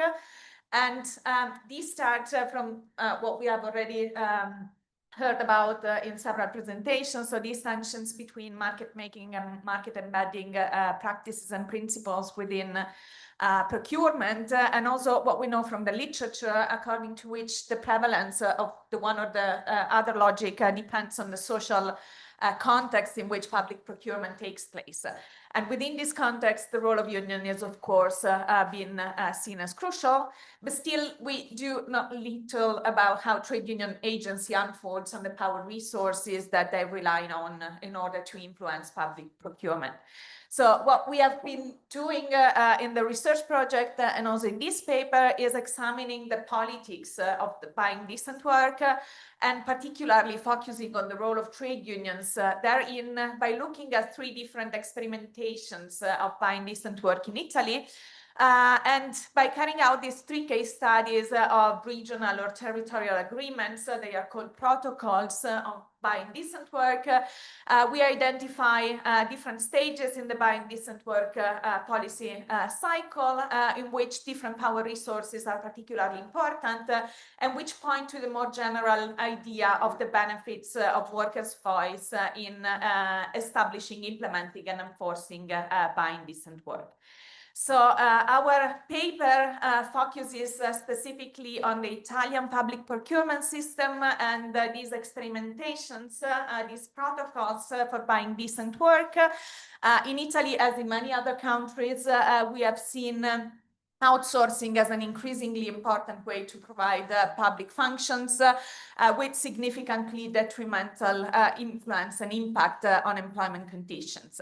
Countermeasures in the countries have been introduced in legislation which transpose the EU directive on public procurement, but what we have been seeing in Italy is several forms of innovation which have been unfolding at local level. And this has taken up in particular the form of local bipartite and tripartite agreements on working conditions in contracted out public services. They are called protocols for buying decent work, which set both substantive and procedural provisions which connect public procurement with employment conditions. In particular, the substantive provisions which are set in these local level agreements are clauses, labor clauses for occupational continuity, for the continuity both of employment contracts, so making sure that workers do not lose their jobs when contracts are changed, but also clauses for the continuity of occupational conditions, so making sure that market pressures do not translate into deterioration of working conditions. The second element is ensuring the application of collective agreements and within the specific Italian context, the selection of the collective agreement to be applied. So making sure that the proper collective agreement is applied to outsourced activities. And the third and probably most interesting and most relevant provision, which is set in this local experimentation, are procedures for the permanent involvement of trade unions in the procurement process. What these agreements set up are permanent negotiating tables in which trade unions are involved in the implementation, so in the setting and the drafting of call for tenders and in the management of the tender contracts. This ensures the capacity of unions to exert both ex ante and ex post control on the procurement process. Ex ante in the sense that making sure that the tenders and the calls that the public authorities defined do not include aspects or provisions which might be detrimental to employment conditions, and the ex post is the focus on enforcement of these provisions in the actual concrete unfolding of public contract. So what we have been looking in this whole system is the politics of buying decent work, and we have identified a sort of what we call the buying decent work policy cycle. So what we have been focusing on are the different power resources that trade unions rely on in the different stages of this policy cycle, in the establishment of the buying decent work principle, so in making sure that in buying decent work is the goal of public authorities versus buying cheap. And trade unions, what we have been seeing is that trade unions embodied, in a sense, the driving force for the establishment of buying decent work principle, for the institutionalization of these principles within buying decent work protocols, so the circle within the figure. And in this first phase, what trade unions have specifically relied on are their autonomous power resources, so associational power, the capacity of unions to mobilize workers, in particular in connection with scandals connecting public procurement with deterioration of employment conditions, mobilization of coalitional power, in particular in the form of alliances with local politicians, which have been made sensitive to the effects of public procurement onto employment conditions, and ideational power, so their capacity to reshape the narrative around public procurement and something which is closely connected to employment conditions.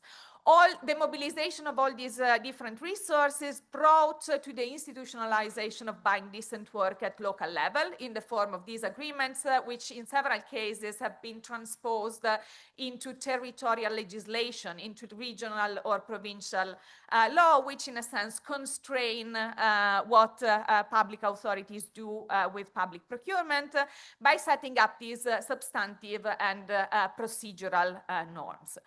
The second phase of this buying decent work policy cycle that we identified is the design and the implementation of buying decent work principles, so the translation of this abstract principle into actual call for tenders and tender management.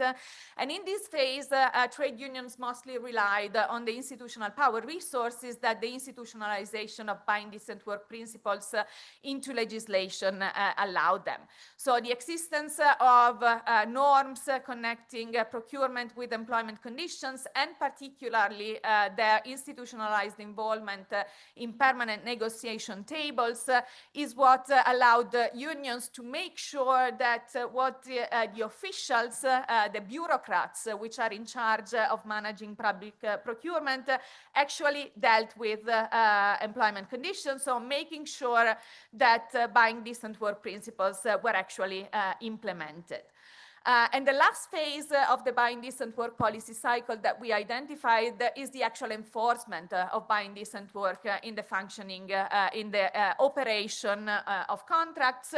And in this case, unions relied on two different power resources. On the one side, institutional power resources deriving from, again, their permanent involvement in these negotiation tables on procurement, together with associational power resources. So the capacity on the one side to mobilize members' knowledge of the actual enforcement of these principles in the functioning of contracts. So having workers at workplace level is the first element through which you make sure that this abstract principle gets actually enforced on the ground.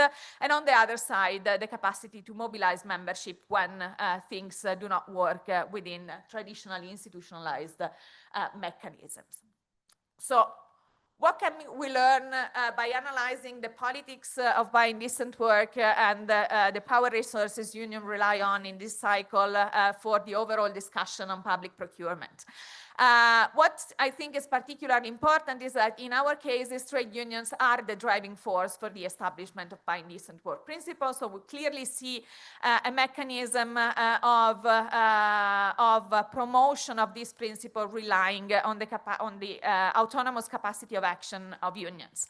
But what we also see is that trade unions are a fundamental actor in the phases of implementation and enforcement of buying decent work principles in public procurements, both both in terms of the expertise they provide within the system of systematic monitoring of call for tenants and specifications. So they are very important within the actual management of public procurement, and also, as we'll know from the broader enforcement literature, they are the actual force which allows for the concrete enforcement of these principles on the ground. So, which, as we know, is particularly important and a particular challenge in the whole discussion around socially responsible public procurement. So, what we think we learned from these analyses is that probably building up a mechanism for the participation of workers and their representatives in the design of buying these work policies and also in the actual implementation is key in granting the success of these policies and their enforcement on the ground. So making sure that this is not only paperwork, but actually translate into actual practice. Thank you. Thank you very much, Lisa. And I think could be retained that Italy is often an example quoted for being a country with a very high collective bargaining coverage, which is also why they don't need any more policies to support collective agreements, etc. But I think what this example shows is that there's actually a lot of hard work involved in making these collective agreements work, and part of it is also can be done through public procurement. I think, we're going to move to the Netherlands, which is also a country with a long tradition of collective bargaining, as we've also heard already. And Frank Trost will tell us a bit more about the procurement practices that you found. Yeah, thanks a lot for having me. I will tell you a bit about the article in Transfer about the Netherlands that I wrote together with my colleagues, Professor Maarten Keunen, also here, and Simon Kuipers from the Utrecht University. The Netherlands is #1 of public procurement. When you look to the government expenditure, it's 40% for activities in public procurement, and 25% of GDP goes to activities related to public procurement. So #1. The last year, during our research also, we have seen more awareness of the negative effects of public procurement practices on job quality. What we did, we investigate 4 sectors: home care, cleaning, regional bus transport, and constructions. We did 55 interviews with around 100 people on all levels, so people who are related to policies, regulations, collective bargaining, but also workers in practices in public procurement. The negative effects on job quality, we differentiate between 2 factors in our article. Firstly, of course, the financial and institutional context. We have the public procurement regulations.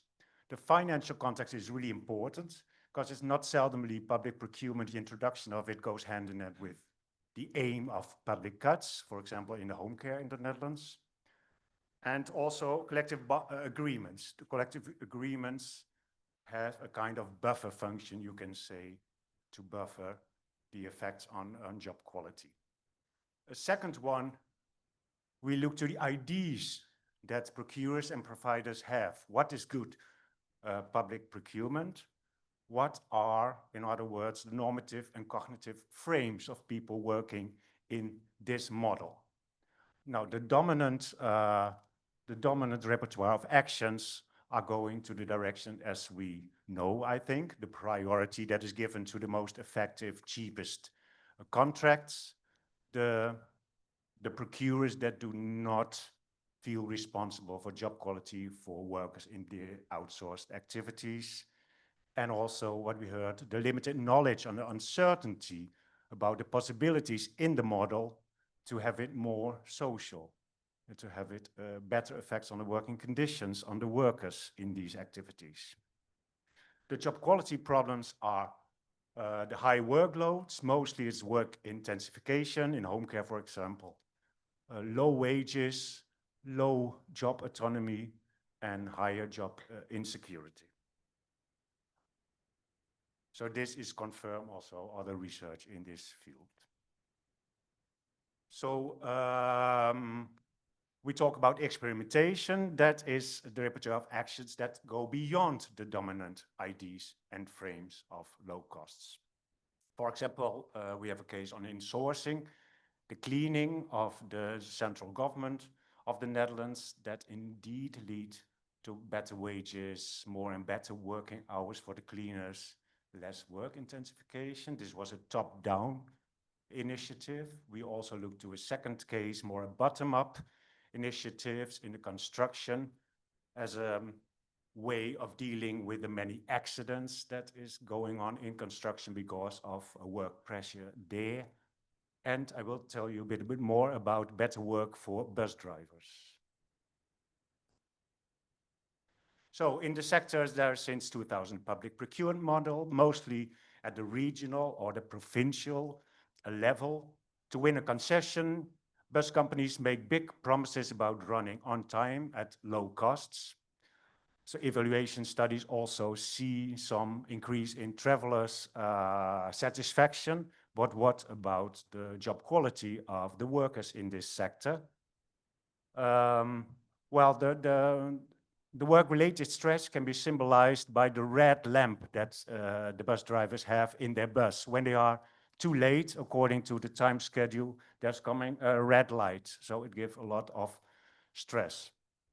Further, they have low autonomy, of course, in the working hours, but it goes so far that they have sometimes no toilet breaks. This is something that's already 10 years going on, and still they talk about that they cannot go to the toilet. Further, of course, you have job insecurity. The direct bus drivers with open-ended contract will go to the new concession company, but you have a lot of indirect personnel in offices, maintenance, or bus drivers with temporary contracts that are called concession nomads. I think, Karen, you talk already about Groningen a bit. I will talk a little bit more about this. I think the core of this experiment is that you see a different relationship developing between the procurer and the provider in the bus. So they were coming from an arm-length market-based relationship, you can say, towards a more cooperative partnership.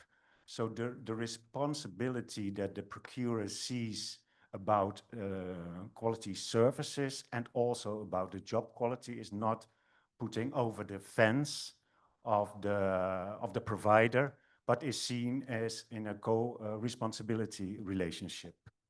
And that you can see it in the different phases of the procurement model. First, in the award criteria, they made indicators for good employership. In this case, they made education requirements.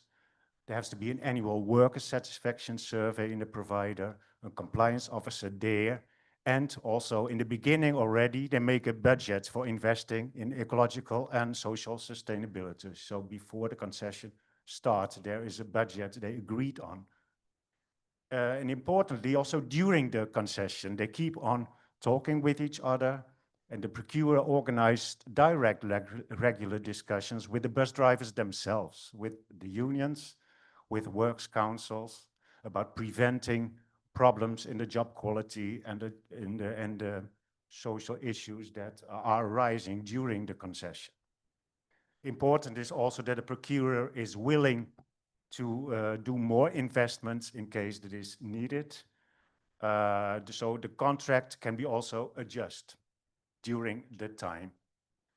And you can see it as kind of a breathing concession in the way that they are permanently talking about new investments and developments and innovations in the company and the sector.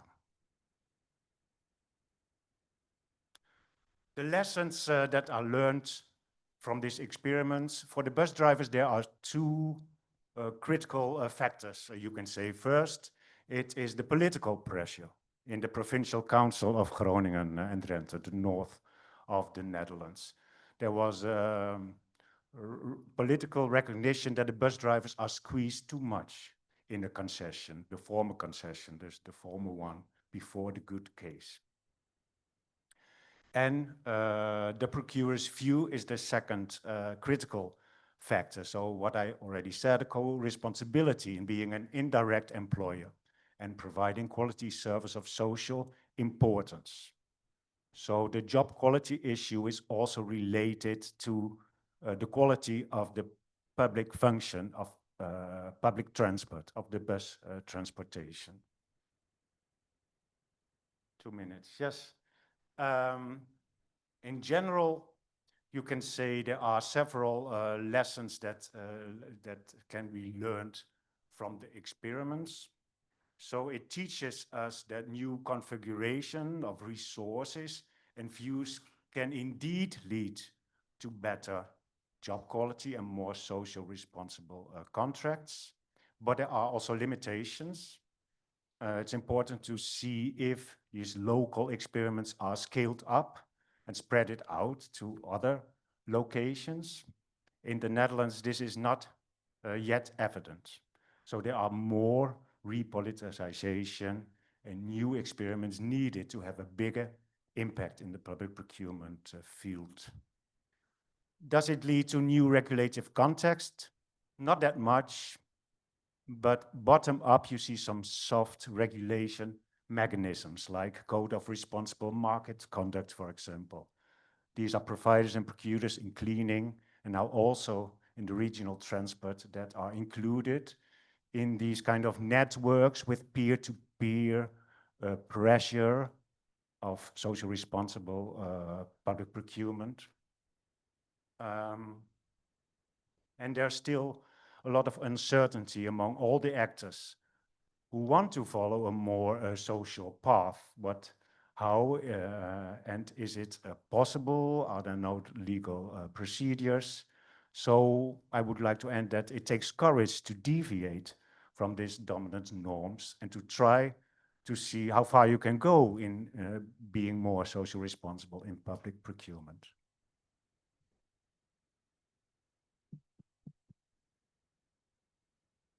Yeah, thank you very much, Frank. I think this question of scaling up is a very important one across all cases. And I mean, we've seen at the example of Copenhagen that there can be some spillover to the broader region, but that's not, an autonomous effect. So now we will turn to the issue of making decent work, and I give it over to Oswald Xavier.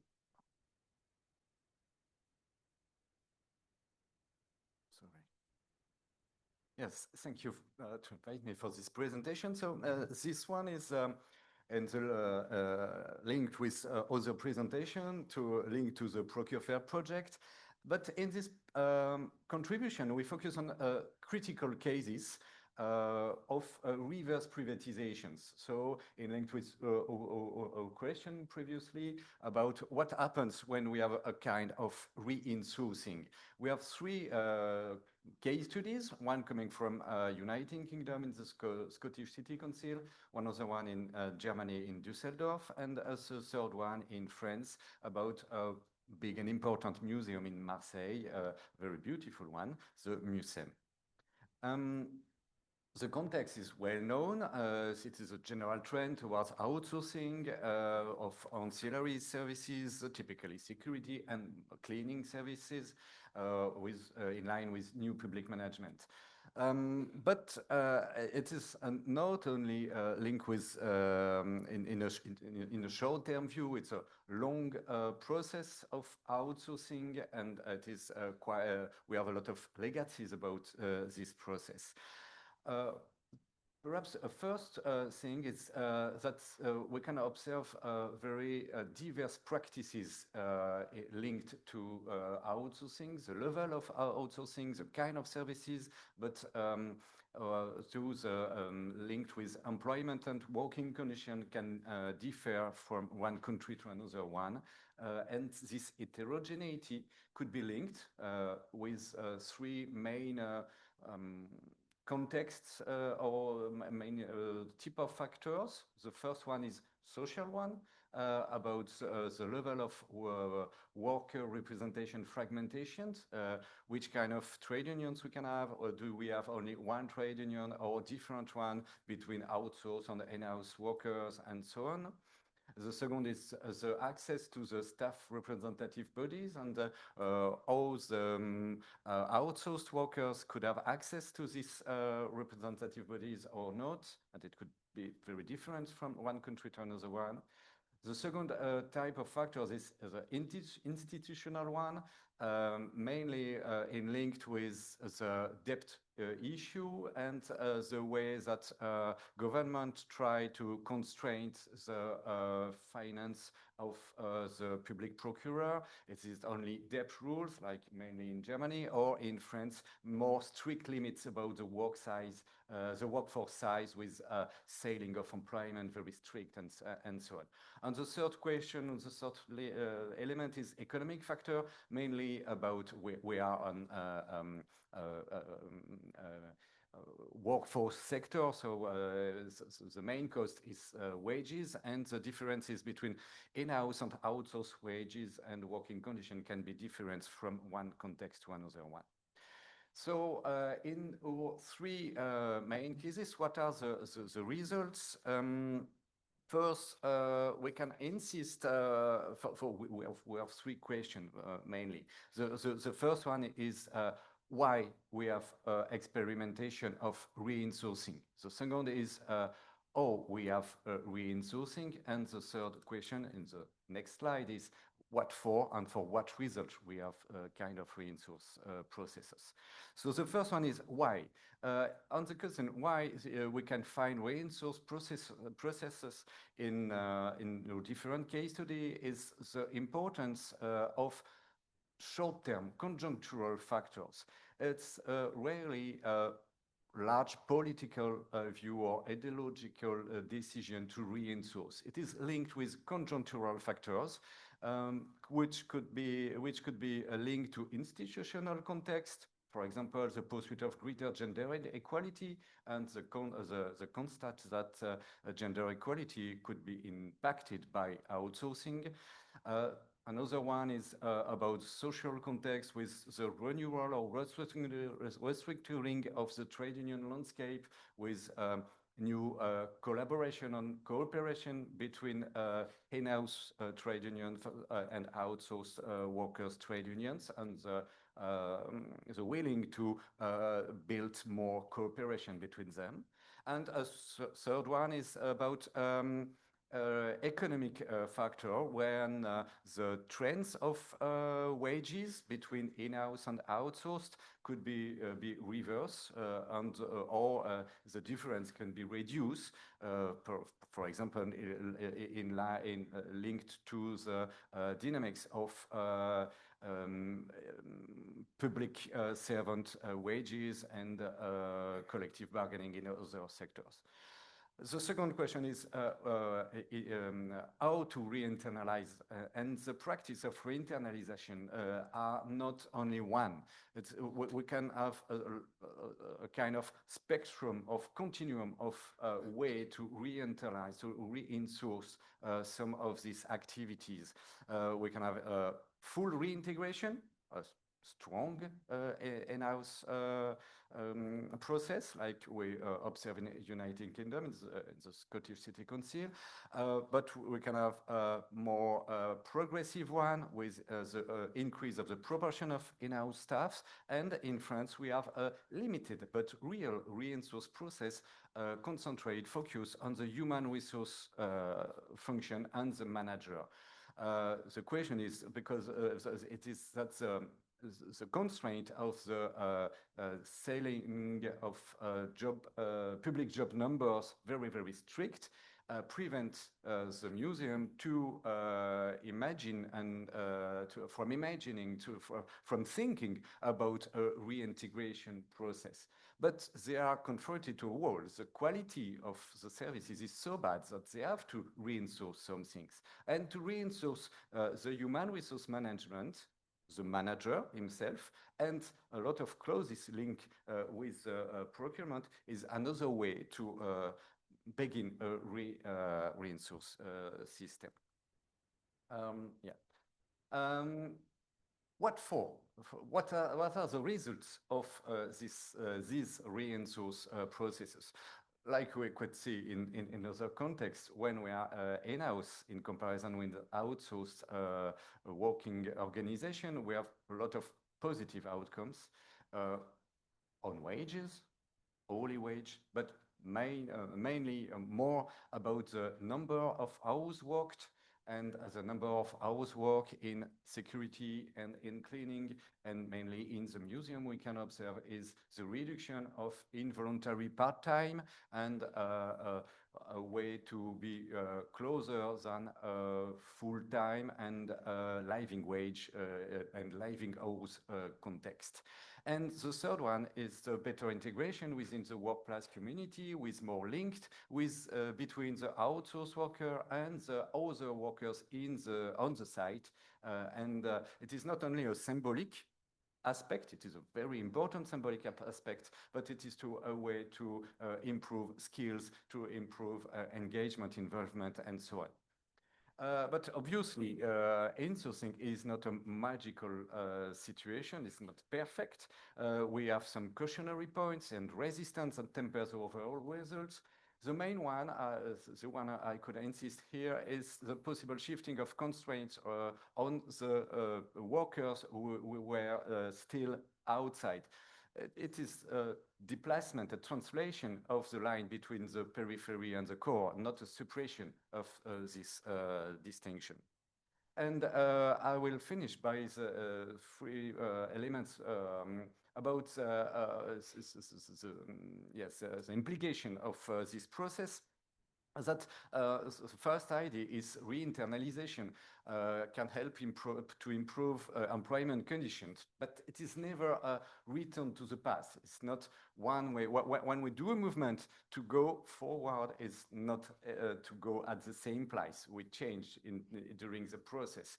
And to go back to re-internalize some workers, a part of these workers requires strong support from the human resource management policies.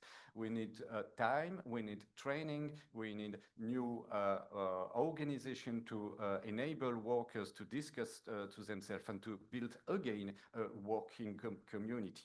In the museum, for example, it needs a lot of training period and symbolic events to organize, to recreate a community of work. We need to do a careful attention to all the stakeholders and to avoid new inequalities. And because the workers, the categories who do the work in outsourced context are not the same. That's the one who did it in the in-house context. So we need to an accompaniment. And last, the re-internationalization do not solve every challenge. And for some function, from ancillary function, cleaning, security, often suffer from a persistent lack of recognition. So it is not the only solution can't pass by in-house. We need to think about the willingness to pay for this service and the social recognition to this kind of activities. But it is quite larger question issues than the one we can analyze now. Thank you very much.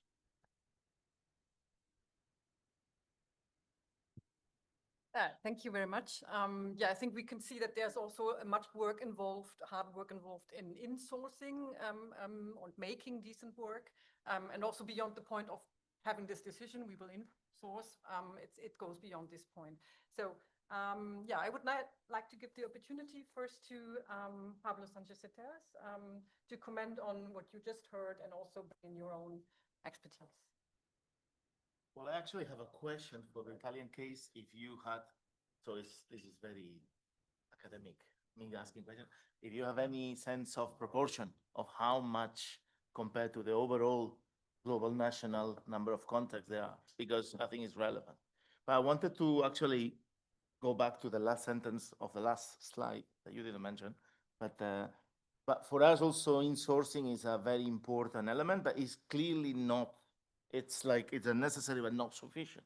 The problem is that over the last 25 to 30 years, what we have seen in Europe is the contrary. is putting everything in the market, and the market will solve absolutely every single problem that we have. And what we find is that density is going down in every country, working conditions are going down in every country, and there is one big winner, which is the one, is the big multinationals.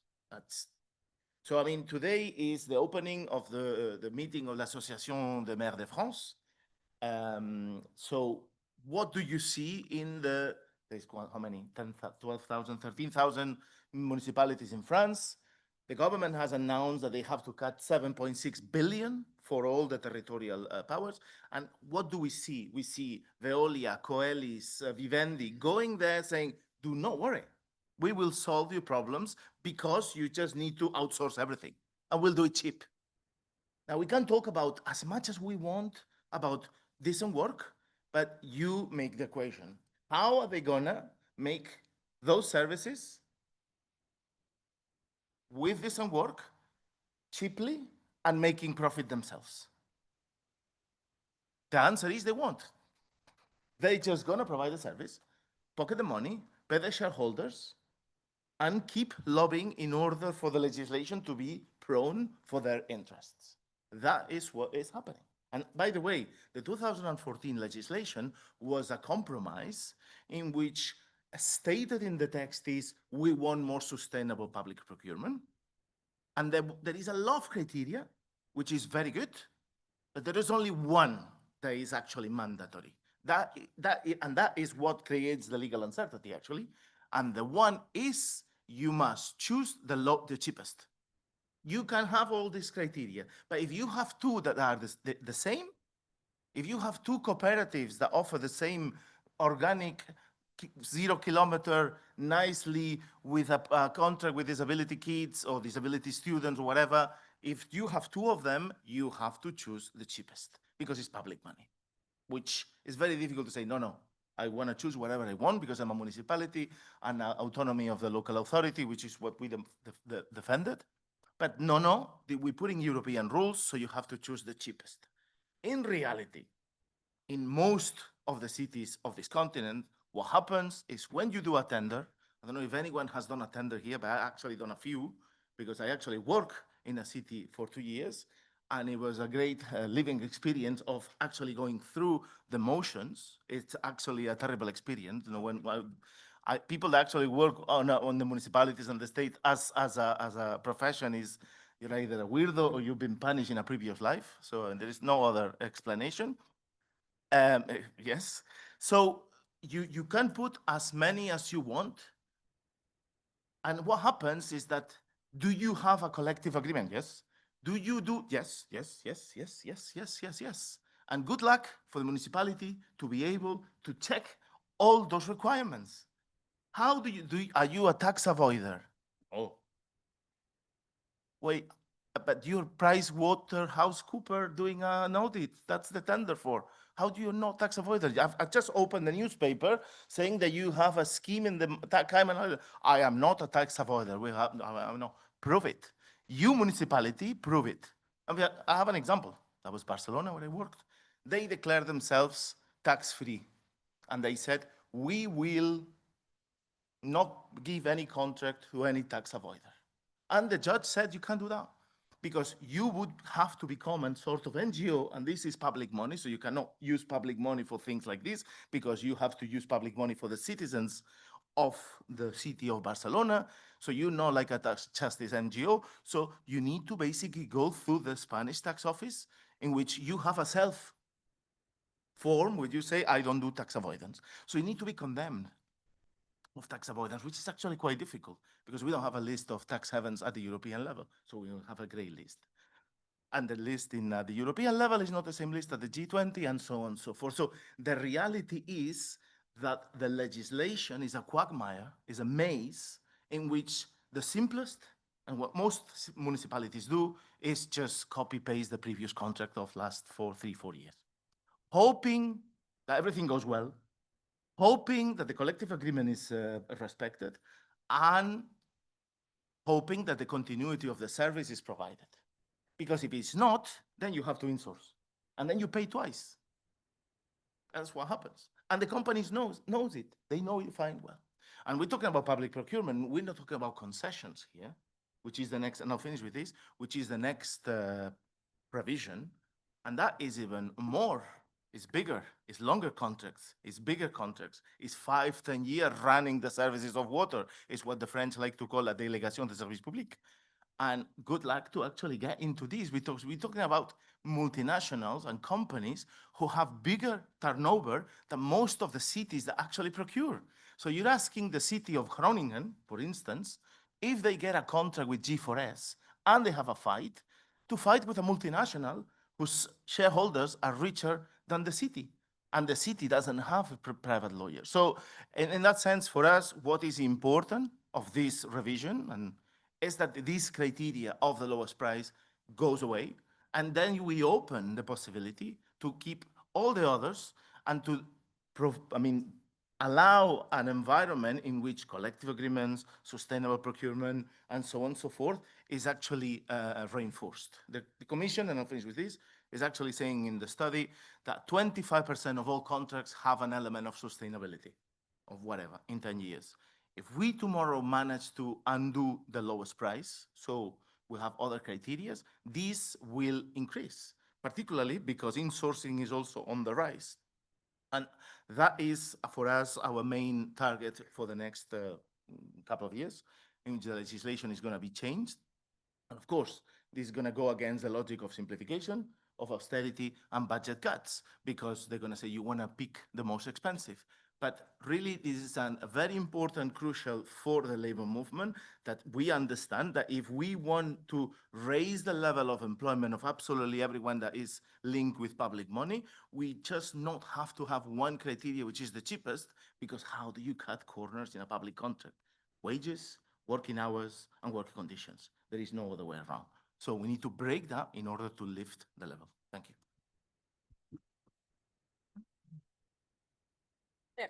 Thank you very much for providing even more examples, which I think is really important to also give them some coverage, some media coverage, but because it's often the case that not just the good examples are staying under the radar, but also these bad examples. So I think it's very important to also highlight them in order to say, well, we need some reform here. I would like to give the micro to Maurice. Yeah, after this flaming plea and argument from you, I don't work for an airport. No, because we don't spend public money. We spend money from airlines. So subsidized by public money. No, that's and some of them. Some of them. Pay VAT, which everyone else. And but this is exactly why we are also organizing co-management or consultation by unions and workers themselves. It's not only because we think they are very important stakeholders, we need them, and vice versa, of course, but also because they can keep on challenging us during contracts or upfront if we start a tender, or during a tender process or the implementation of the new contracts. So therefore, we have organized some kind of structure and cooperation with the unions. As I said, before we start a tender, we consult them, asking them input for tender and the requirements that we want to ask the contest parties. But also we have a structure of periodical social dialogues during the contract. So it's a structure of dialogue, an overarching dialogue with two unions and active members of them, which periodically are coming together and talking about the high over policy arguments that we have, but also the day-to-day business, their day-to-day work practice. So they have a platform to give some input or challenging us to do better. Also for some subsectors. So we have a tripartite social dialogue with security companies, unions and their active members, and us as a client of the security companies. And the same goes for the cleaning companies. So it's a structure that we now have some 2 years. And it's working very well, but also there are some critical notes from the unions, and I might come to that later. Because another part is very important and I think very underestimated. That is the phase in a tender of the transfer of personnel, transfer of staff. And that's highly vulnerable for unrest, for social unrest amongst the workers that must go over from one company to another company. And at the airport, we have security agents that worked there 30 years and had maybe some 5 to 6 employers because of tenders and changing contracts and changing their work environment. And we tend to underestimate the impact of that process on the workers and after that also on the company. So we discovered that we need to be more in control of that process. And that's very hard because it could be illegally a transfer of undertaking, and then we have no role. It's legally that they have to take over the activities and personnel. So it's out of our hands sometimes. But at the same time, we try to, through requirements, to ensure that they have the same employment conditions. But we also ask for a transition plan for transfer of staff, transfer of personnel, as part of the awarding criteria. And we're trying to keep on going the social dialogue with the unions during that phase of transition. So now we're entering as we speak now, the transition phase of the security tender. So they are awarded to 3 companies, and each 2 weeks we have also talks with the companies. How are they coping transfer of staff? Do they need something from us or otherwise? And we're also monthly basis have talks with the unions and their active members. If they're having signals of that things are going not well or just perfect. So that's one way to keep more control also on the most vulnerable phase of a tender and new contracts. Because the unrest is tremendous amongst people. And there are 5,000 security agents that maybe are changing employers. So that's a huge social change in the environment of their work, in the culture of the company they work for. So it's not to be underestimated. And we don't have the solution, the perfect solution for that yet. So also here we are pioneering and learning from the experience we're doing. But there's one thing about co-management that's also a challenge for the unions. Because it appears that they're not completely used to or comfortable with their role of co-manager of processes of tenders or managing contracts as we speak. Because it's very much a challenge if you have high involvement with our policies of contracting and procurement and tenders. And it means sometimes that you have less explicit visible influence by activism. And if you, as a union, choose for influence by activism, then co-managing at the back of those processes is not much visible. So they're constantly looking for how do we keep visible with our influence for our members. So that's why they, it was yesterday, I think, or the day before yesterday, they have had a very critical voice in the media in the Netherlands about Schiphol Airport, that we're still not stopping the race to the bottom, which we prove is wrong, that they think that, of course. But it shows how they are not coping yet with their co-management of the tenders and procurement and contracts that we are having with our suppliers. And thereby it's also a challenge for us. If it's a challenge for the union, it's a challenge for us. Because we also have to manage our internal stakeholders, the finance department, procurement department, the service managers, who are not always completely yet convinced that our policy of buying good work and managing contracts for good work is that the thing that we must remain to be doing. So it's very still a precarious balancing act, not also with the unions, but also internally with our own stakeholders because of the challenge and the struggle of the unions to cope with their new role of influence. And mind you, that the changes that we are wanting to improve the decent work and good work are not always changes that have results in the very short time. It are very long-term changes most of the time. So, well, you have to cope with the long-term changes that are not completely, we speak, visible as a visible result for their influence.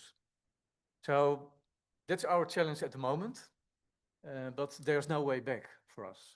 So because of the interest I mentioned before in the session before, it's in our own interest, business-wise also, that we have to have attention for good and decent work and have to require and demand that our suppliers have to meet those goals also.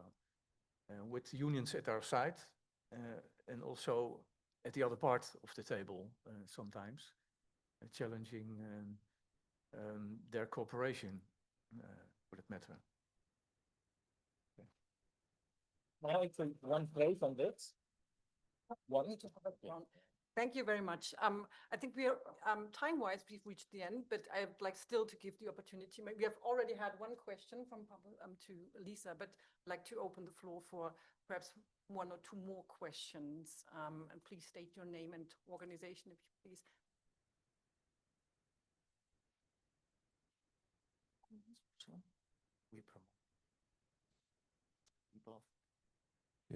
Yeah, okay. Jo Versteven from the Federal Belgium Institute for Sustainable Development. I'm a policymaker in sustainable procurement.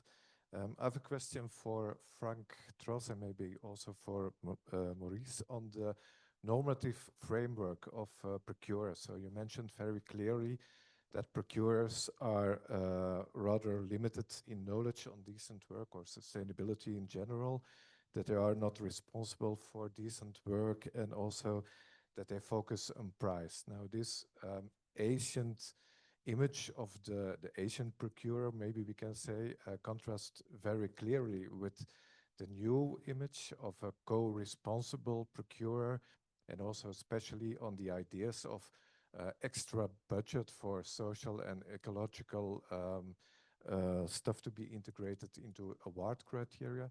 So my question is now, do you think that this tendency is something that can be said as being more stable for the future in the context, for example, of professionalization of these procurers? Or do you think that it is more temporal and only driven, for example, by short-term politics? So that's my question. Thank you. Okay, thank you. Don't see any other questions, so I'd like to give the floor to Lisa first. You first. Yeah, thank you. Very shortly to the question on the proportion of the cases, it's of course very limited. So it's not that all the procurement system in Italy is based on these examples and these principles. So these are clear exceptions. And this, I would say, tells us a lot on the need to build the institutional conditions for this type of involvement, because if we leave it to power resources and the capacity of unions to autonomously force public procurers to build up this involvement infrastructure, we'll get out only with very limited cases which are connected to historical legacies of traditions at local level of consultation and involvement of unions, but we need to build up more institutional infrastructure. Yeah, about more responsible public procurement. Yes, of course, there's a European reports about more responsible, ecological, and social public procurement. But we looked also in the Netherlands, and we also interviewed public authorities, the national authority that is advising the procurers, municipalities, provincial, and in other ways.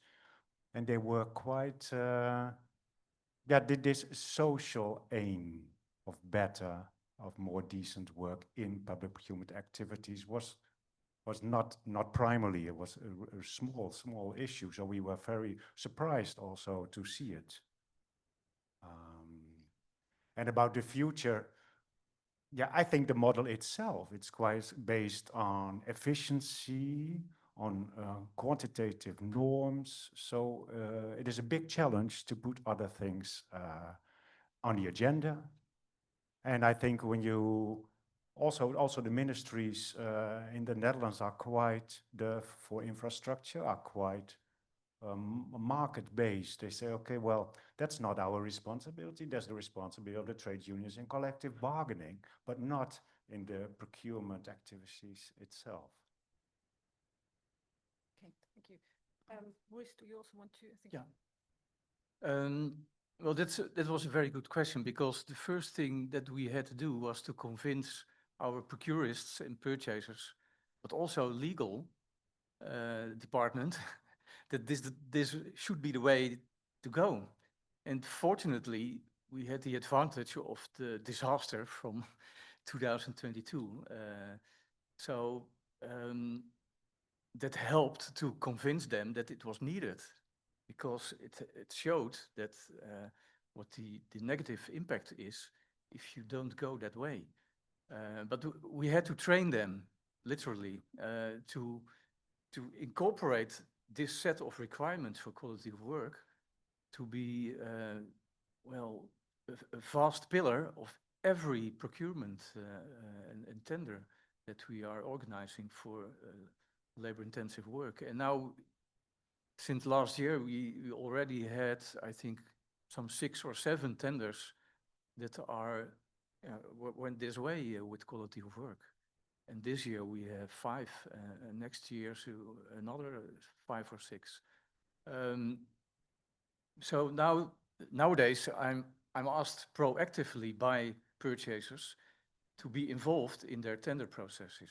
So our team is now structurally involved in tenders, and we're no purchasers. We have no experience at all.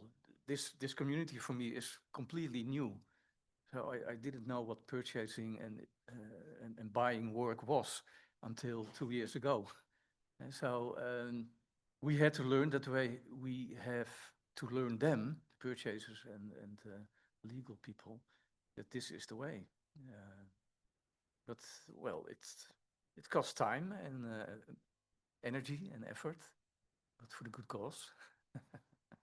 Thank you. So just very tiny. On this, it's not, I mean, it's related, but it's quite interesting because we are at the European level and we promote insourcing. We don't make two bones about it. And the main stumble point is usually the workers of the company that is providing the service at that moment. And the natural feeling is like, if it works, don't touch it. So the moment where it's easiest for us with saying like it's cheaper in the long run, you don't have outsourcing, you bring them in if there is a disaster. If there is a breaking in the continuity of the service, then they realize it's like, oh, but if you go to a company that seems to be working, seems to be okay, you can come with the argument saying like, yeah, but it's you, it's not the outsource, you know, they are doing this, they're doing that. It's like your members saying, why do you come with these funny ideas? So it takes of a learning and teaching sometimes, because they know what they're doing, but teaching, like saying like, listen to this point. It's a very, you know, there is a very strong inertia that is difficult to break. It's a long learning journey. Yeah. So thank you very much all the speakers and the discussants again. And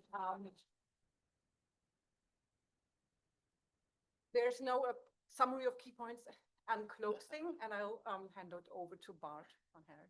Thank you very much, Karen. So We've come to the end of a very intense, very interesting, and politically relevant discussion. So that makes me a very happy director of the E2I research department, as I mentioned in my opening.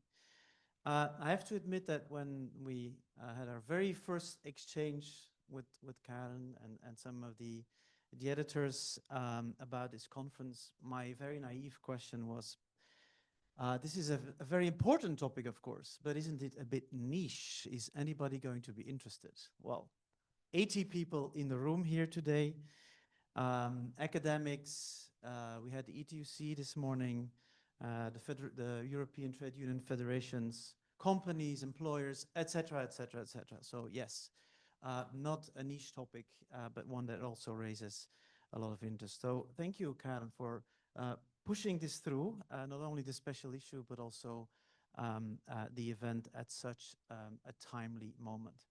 Now, with regard to the timing of the special issue, there is one person that I also want to thank in addition to Karen, and that is Marina Luttrell, who is very discreetly in the back there. Yes. Marina has been the managing editor of Transfer for, well, since forever, basically. I can't remember since how long. She has recently announced that she will be retiring. We're all, yes, Martin, we're all a bit sad about that, but well, you know, retirement is part of life. It's not tomorrow yet, so don't worry. I won't give now a big thank you speech to you, Marina, but it's good that we share that information. And so again, Marina, an amazing job at making sure together, of course, with the editors, the authors, and the transfer co-editors-in-chief team to make this work in such a timely fashion. Thank you very much. Now, in conclusion of this event, since everybody knows that I'm a lazy person, I'm not going to do that on my own. I've asked a few people in the room to just reflect while you were listening here today. What is the key message that you may want to take home and share, I don't know, with your partner or kids or mother-in-law or dog, doesn't matter. What is the message that you want to take home with you, or just 2-3 points? Less than a minute. I'll just share what I wrote down this morning, and then Karen, of course, you will have the final word. That goes without saying. From the opening panel, because that's already a while ago, I wrote down that buying decent work is basically happening against the odds, and I think the illustration that we've had here from Schiphol Airport is a very interesting one. Despite the legal, administrative, political hurdles, but maybe especially the legal hurdles, that it is the shared interest in many cases of trade unions and employers.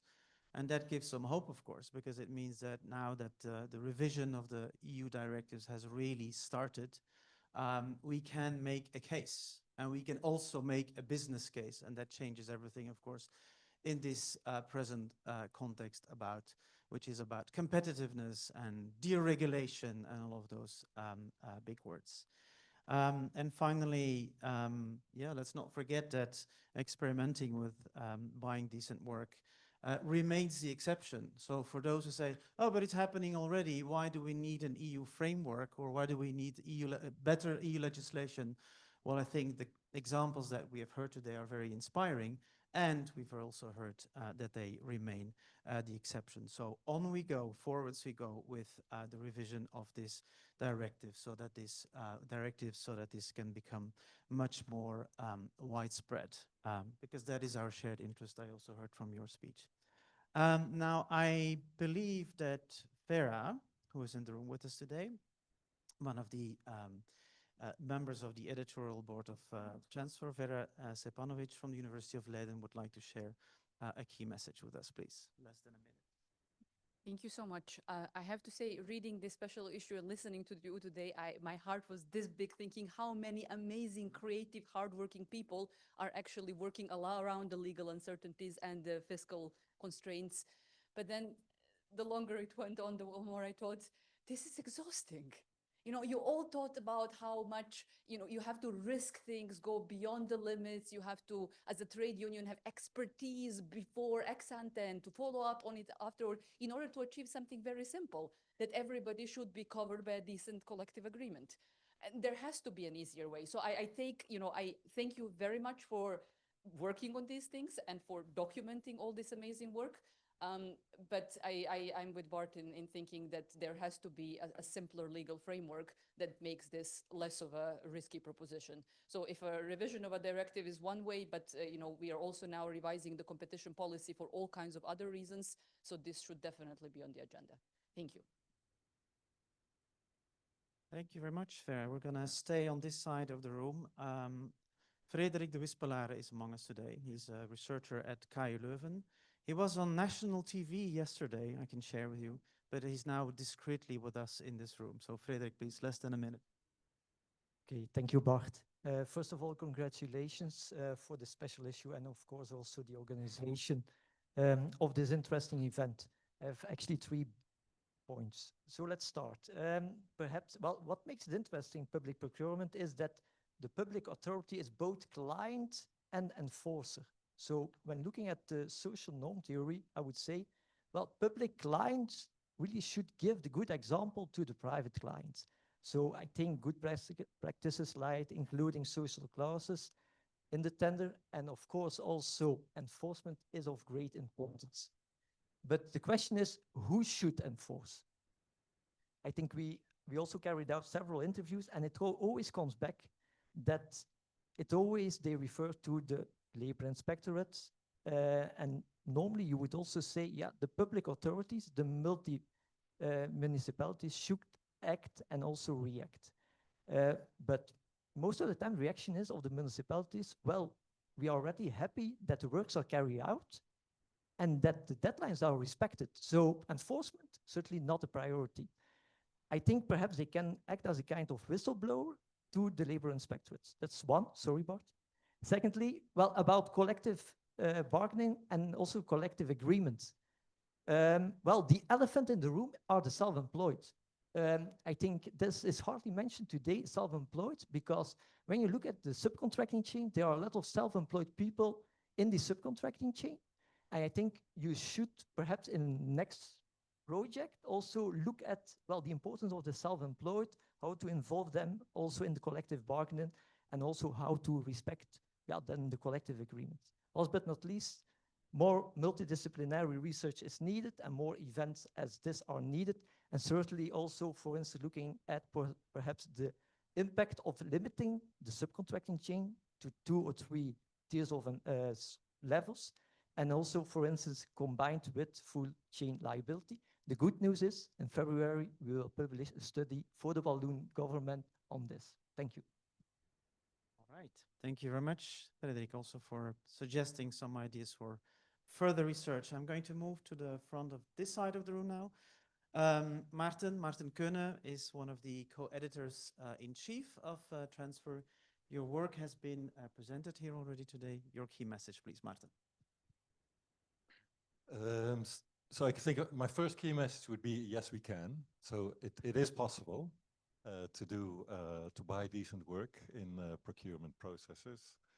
Then again, it's not being done very much. That's the second thing we've learned today. Now, why is this? I think the main issue here is fear. Procurers are afraid of doing it right, of doing the right thing. Second, it is difficult to do the right thing. Right? It's a complicated environment. So what do we need for this? First of all, I think, as has been said before, we need different rules. And I think the rules about getting rid of the lowest price demand in regulations would be a very good start for this. What more do we need? I think we need a new discourse, and I think the fact that it's not happening so much, that we don't give much attention to decent work in public procurement is also because we don't give much attention to it in society in general. And we see that precarious work is everywhere, is growing, and it's not an exceptional situation, this. So therefore, I think we need more, as Karen would say, more noise, and not noise only about public procurement, but about decent work, the need for more decent work. And finally, I think from Lisa's presentation, we saw a very nice outline of what the role of trade unions can be. And I think the trade unions can have a role in this whole process, as Lisa showed. It does matter, however, what kind of power resources they have. And not everybody can do the same as, for example, a big Italian union, which has a lot of power resources. A small Estonian union would have more problems with that. But there is a potential role for trade unions, and it would be great if they can take this up. Thank you, Maarten. I will move back to this side of the room for a final intervention, except that if after this final intervention somebody raises their two hands at the same time, then that's a signal that they can still say something very briefly. So I want to come back to Simona. We already heard you before, Simona Brunerova from Chelsea. So your key takeaway, please. Yes, thank you. So I think that today's event shows us that the upcoming revision of the directive can be more than just a technical update, and that it can actually make buying decent work a structural expectation. Now, having done some interviews with public procurement officials as well, I also believe that there is the challenge of how to provide the public procurement officials with more resources, because as we have heard, the tender process and the enforcement is actually quite challenging and not an easy thing to do. I believe that our role as researchers is to provide the policy creators with the evidence, with the good practices. We should identify the gaps that are present to be able to make the revision successful. However, I also believe that a lot of today's cases show us that competition and social clauses can actually coexist together. And so for the revision to be successful, I think it's going to be important for the researchers, the administrations, and for the social partners to work together. But I think that today's event shows us that this is already in motion and happening. So I'm quite optimistic. Thank you. Thank you very much for your upbeat final message. Let's see now. I want to give, of course, the final word to Karen, but are there any two-hand interventions? Does anybody absolutely want to stand between us and lunch now or not? If that's not the case, okay. Also because we've had, thanks to Karen and James, such a good time management today, so we don't want to be really late for lunch. And I see some people nodding. You're hungry, we're hungry. So Karen, the final word is to you, please. I'll keep it short. And I would like to thank ETUI, so Jane Parker in particular, and Bart for making this possible. And I'd like to perhaps single out 3 points. Well, most important is, I think, when reflecting on the debate that I've been following for some time now, I think there's always this blame game between the European level at the one hand, at the bottom, the local level at the other hand. So, well, the European level is basically saying, well, the framework is there, there's just an implementation gap, and we're trying to help you by professionalizing, issuing soft law, etc. But basically, it's an implementation gap. And the other side is saying, well, we would like to do something, but we cannot because there's so much legal uncertainty, restrictions, etc. And I think there's truth to some of it, both points, but also there's that's not the full truth. And so I think, in fact, you need to do something at the European level. I would like to pick this point of simplification, because I think that's a buzzword. And we should make sure that it's not used in the wrong way. I think there's really a need to simplify, because there is this really bureaucratic framework which complicates everything. And I think there's a need, in fact, to cut down on some of these bureaucratic rules, which actually, a lot of them spell out competition. And it's particularly these that I'm thinking of in terms of cut down these overregulation. And also all the other things that have been said. And from the bottom-up side, I think what we've learned today, of course, it's not a simple journey. There's a lot of tensions, but I think what we also learned is that it's better to have tensions than not to have them. And the second point is, well, the issue of scaling up. I think that's a very tricky point. I'm happy that we had the opportunity today to spread the word. There's very good examples like Schiphol and all the other examples we have covered. I think the problem is that, in fact, these are these rather quiet, let's say, politicizations or experimentations, which people do. And the point about saying that this is quiet is that there's a theorem which says, well, in the quiet rears or the backdoor deals, that's always in favor of business. Well, we have seen that it's not necessarily. There is also some kind of experimentation which actually is also in favor of working conditions. But in fact, if you want to have it have some spillover, you also need to make some noise about it. And so I hope that there was going to be more noise about this kind of experiments. And yeah, that's my wish, if I have one wish. Excellent. Excellent. Thank you, Karen. Just 30 seconds. I want to thank Maria from the ETUI, but also Sophie and Laurin for organizing this event. We have about 50 events every year. It seems nothing, and it's a lot of work. So thank you. Yes, yes. Thank you. Thank you to the colleagues. Just want to flag that next week we have our next event already. This time about violence against women, which we frame as the hidden pandemic after COVID-19. A very important topic. I'm very happy that no less than 400 people so far have registered. It's a hybrid, it's an online event, so you can still register if you want to. And thanks for being here and enjoy your lunch. Thank you. The debate with the commission saying, just go away. Just let us do. We are doing great. We want to do better. Just don't fuck it up. And that's why we have so if they come with this mandatory collective agreement. Thank you, Karen.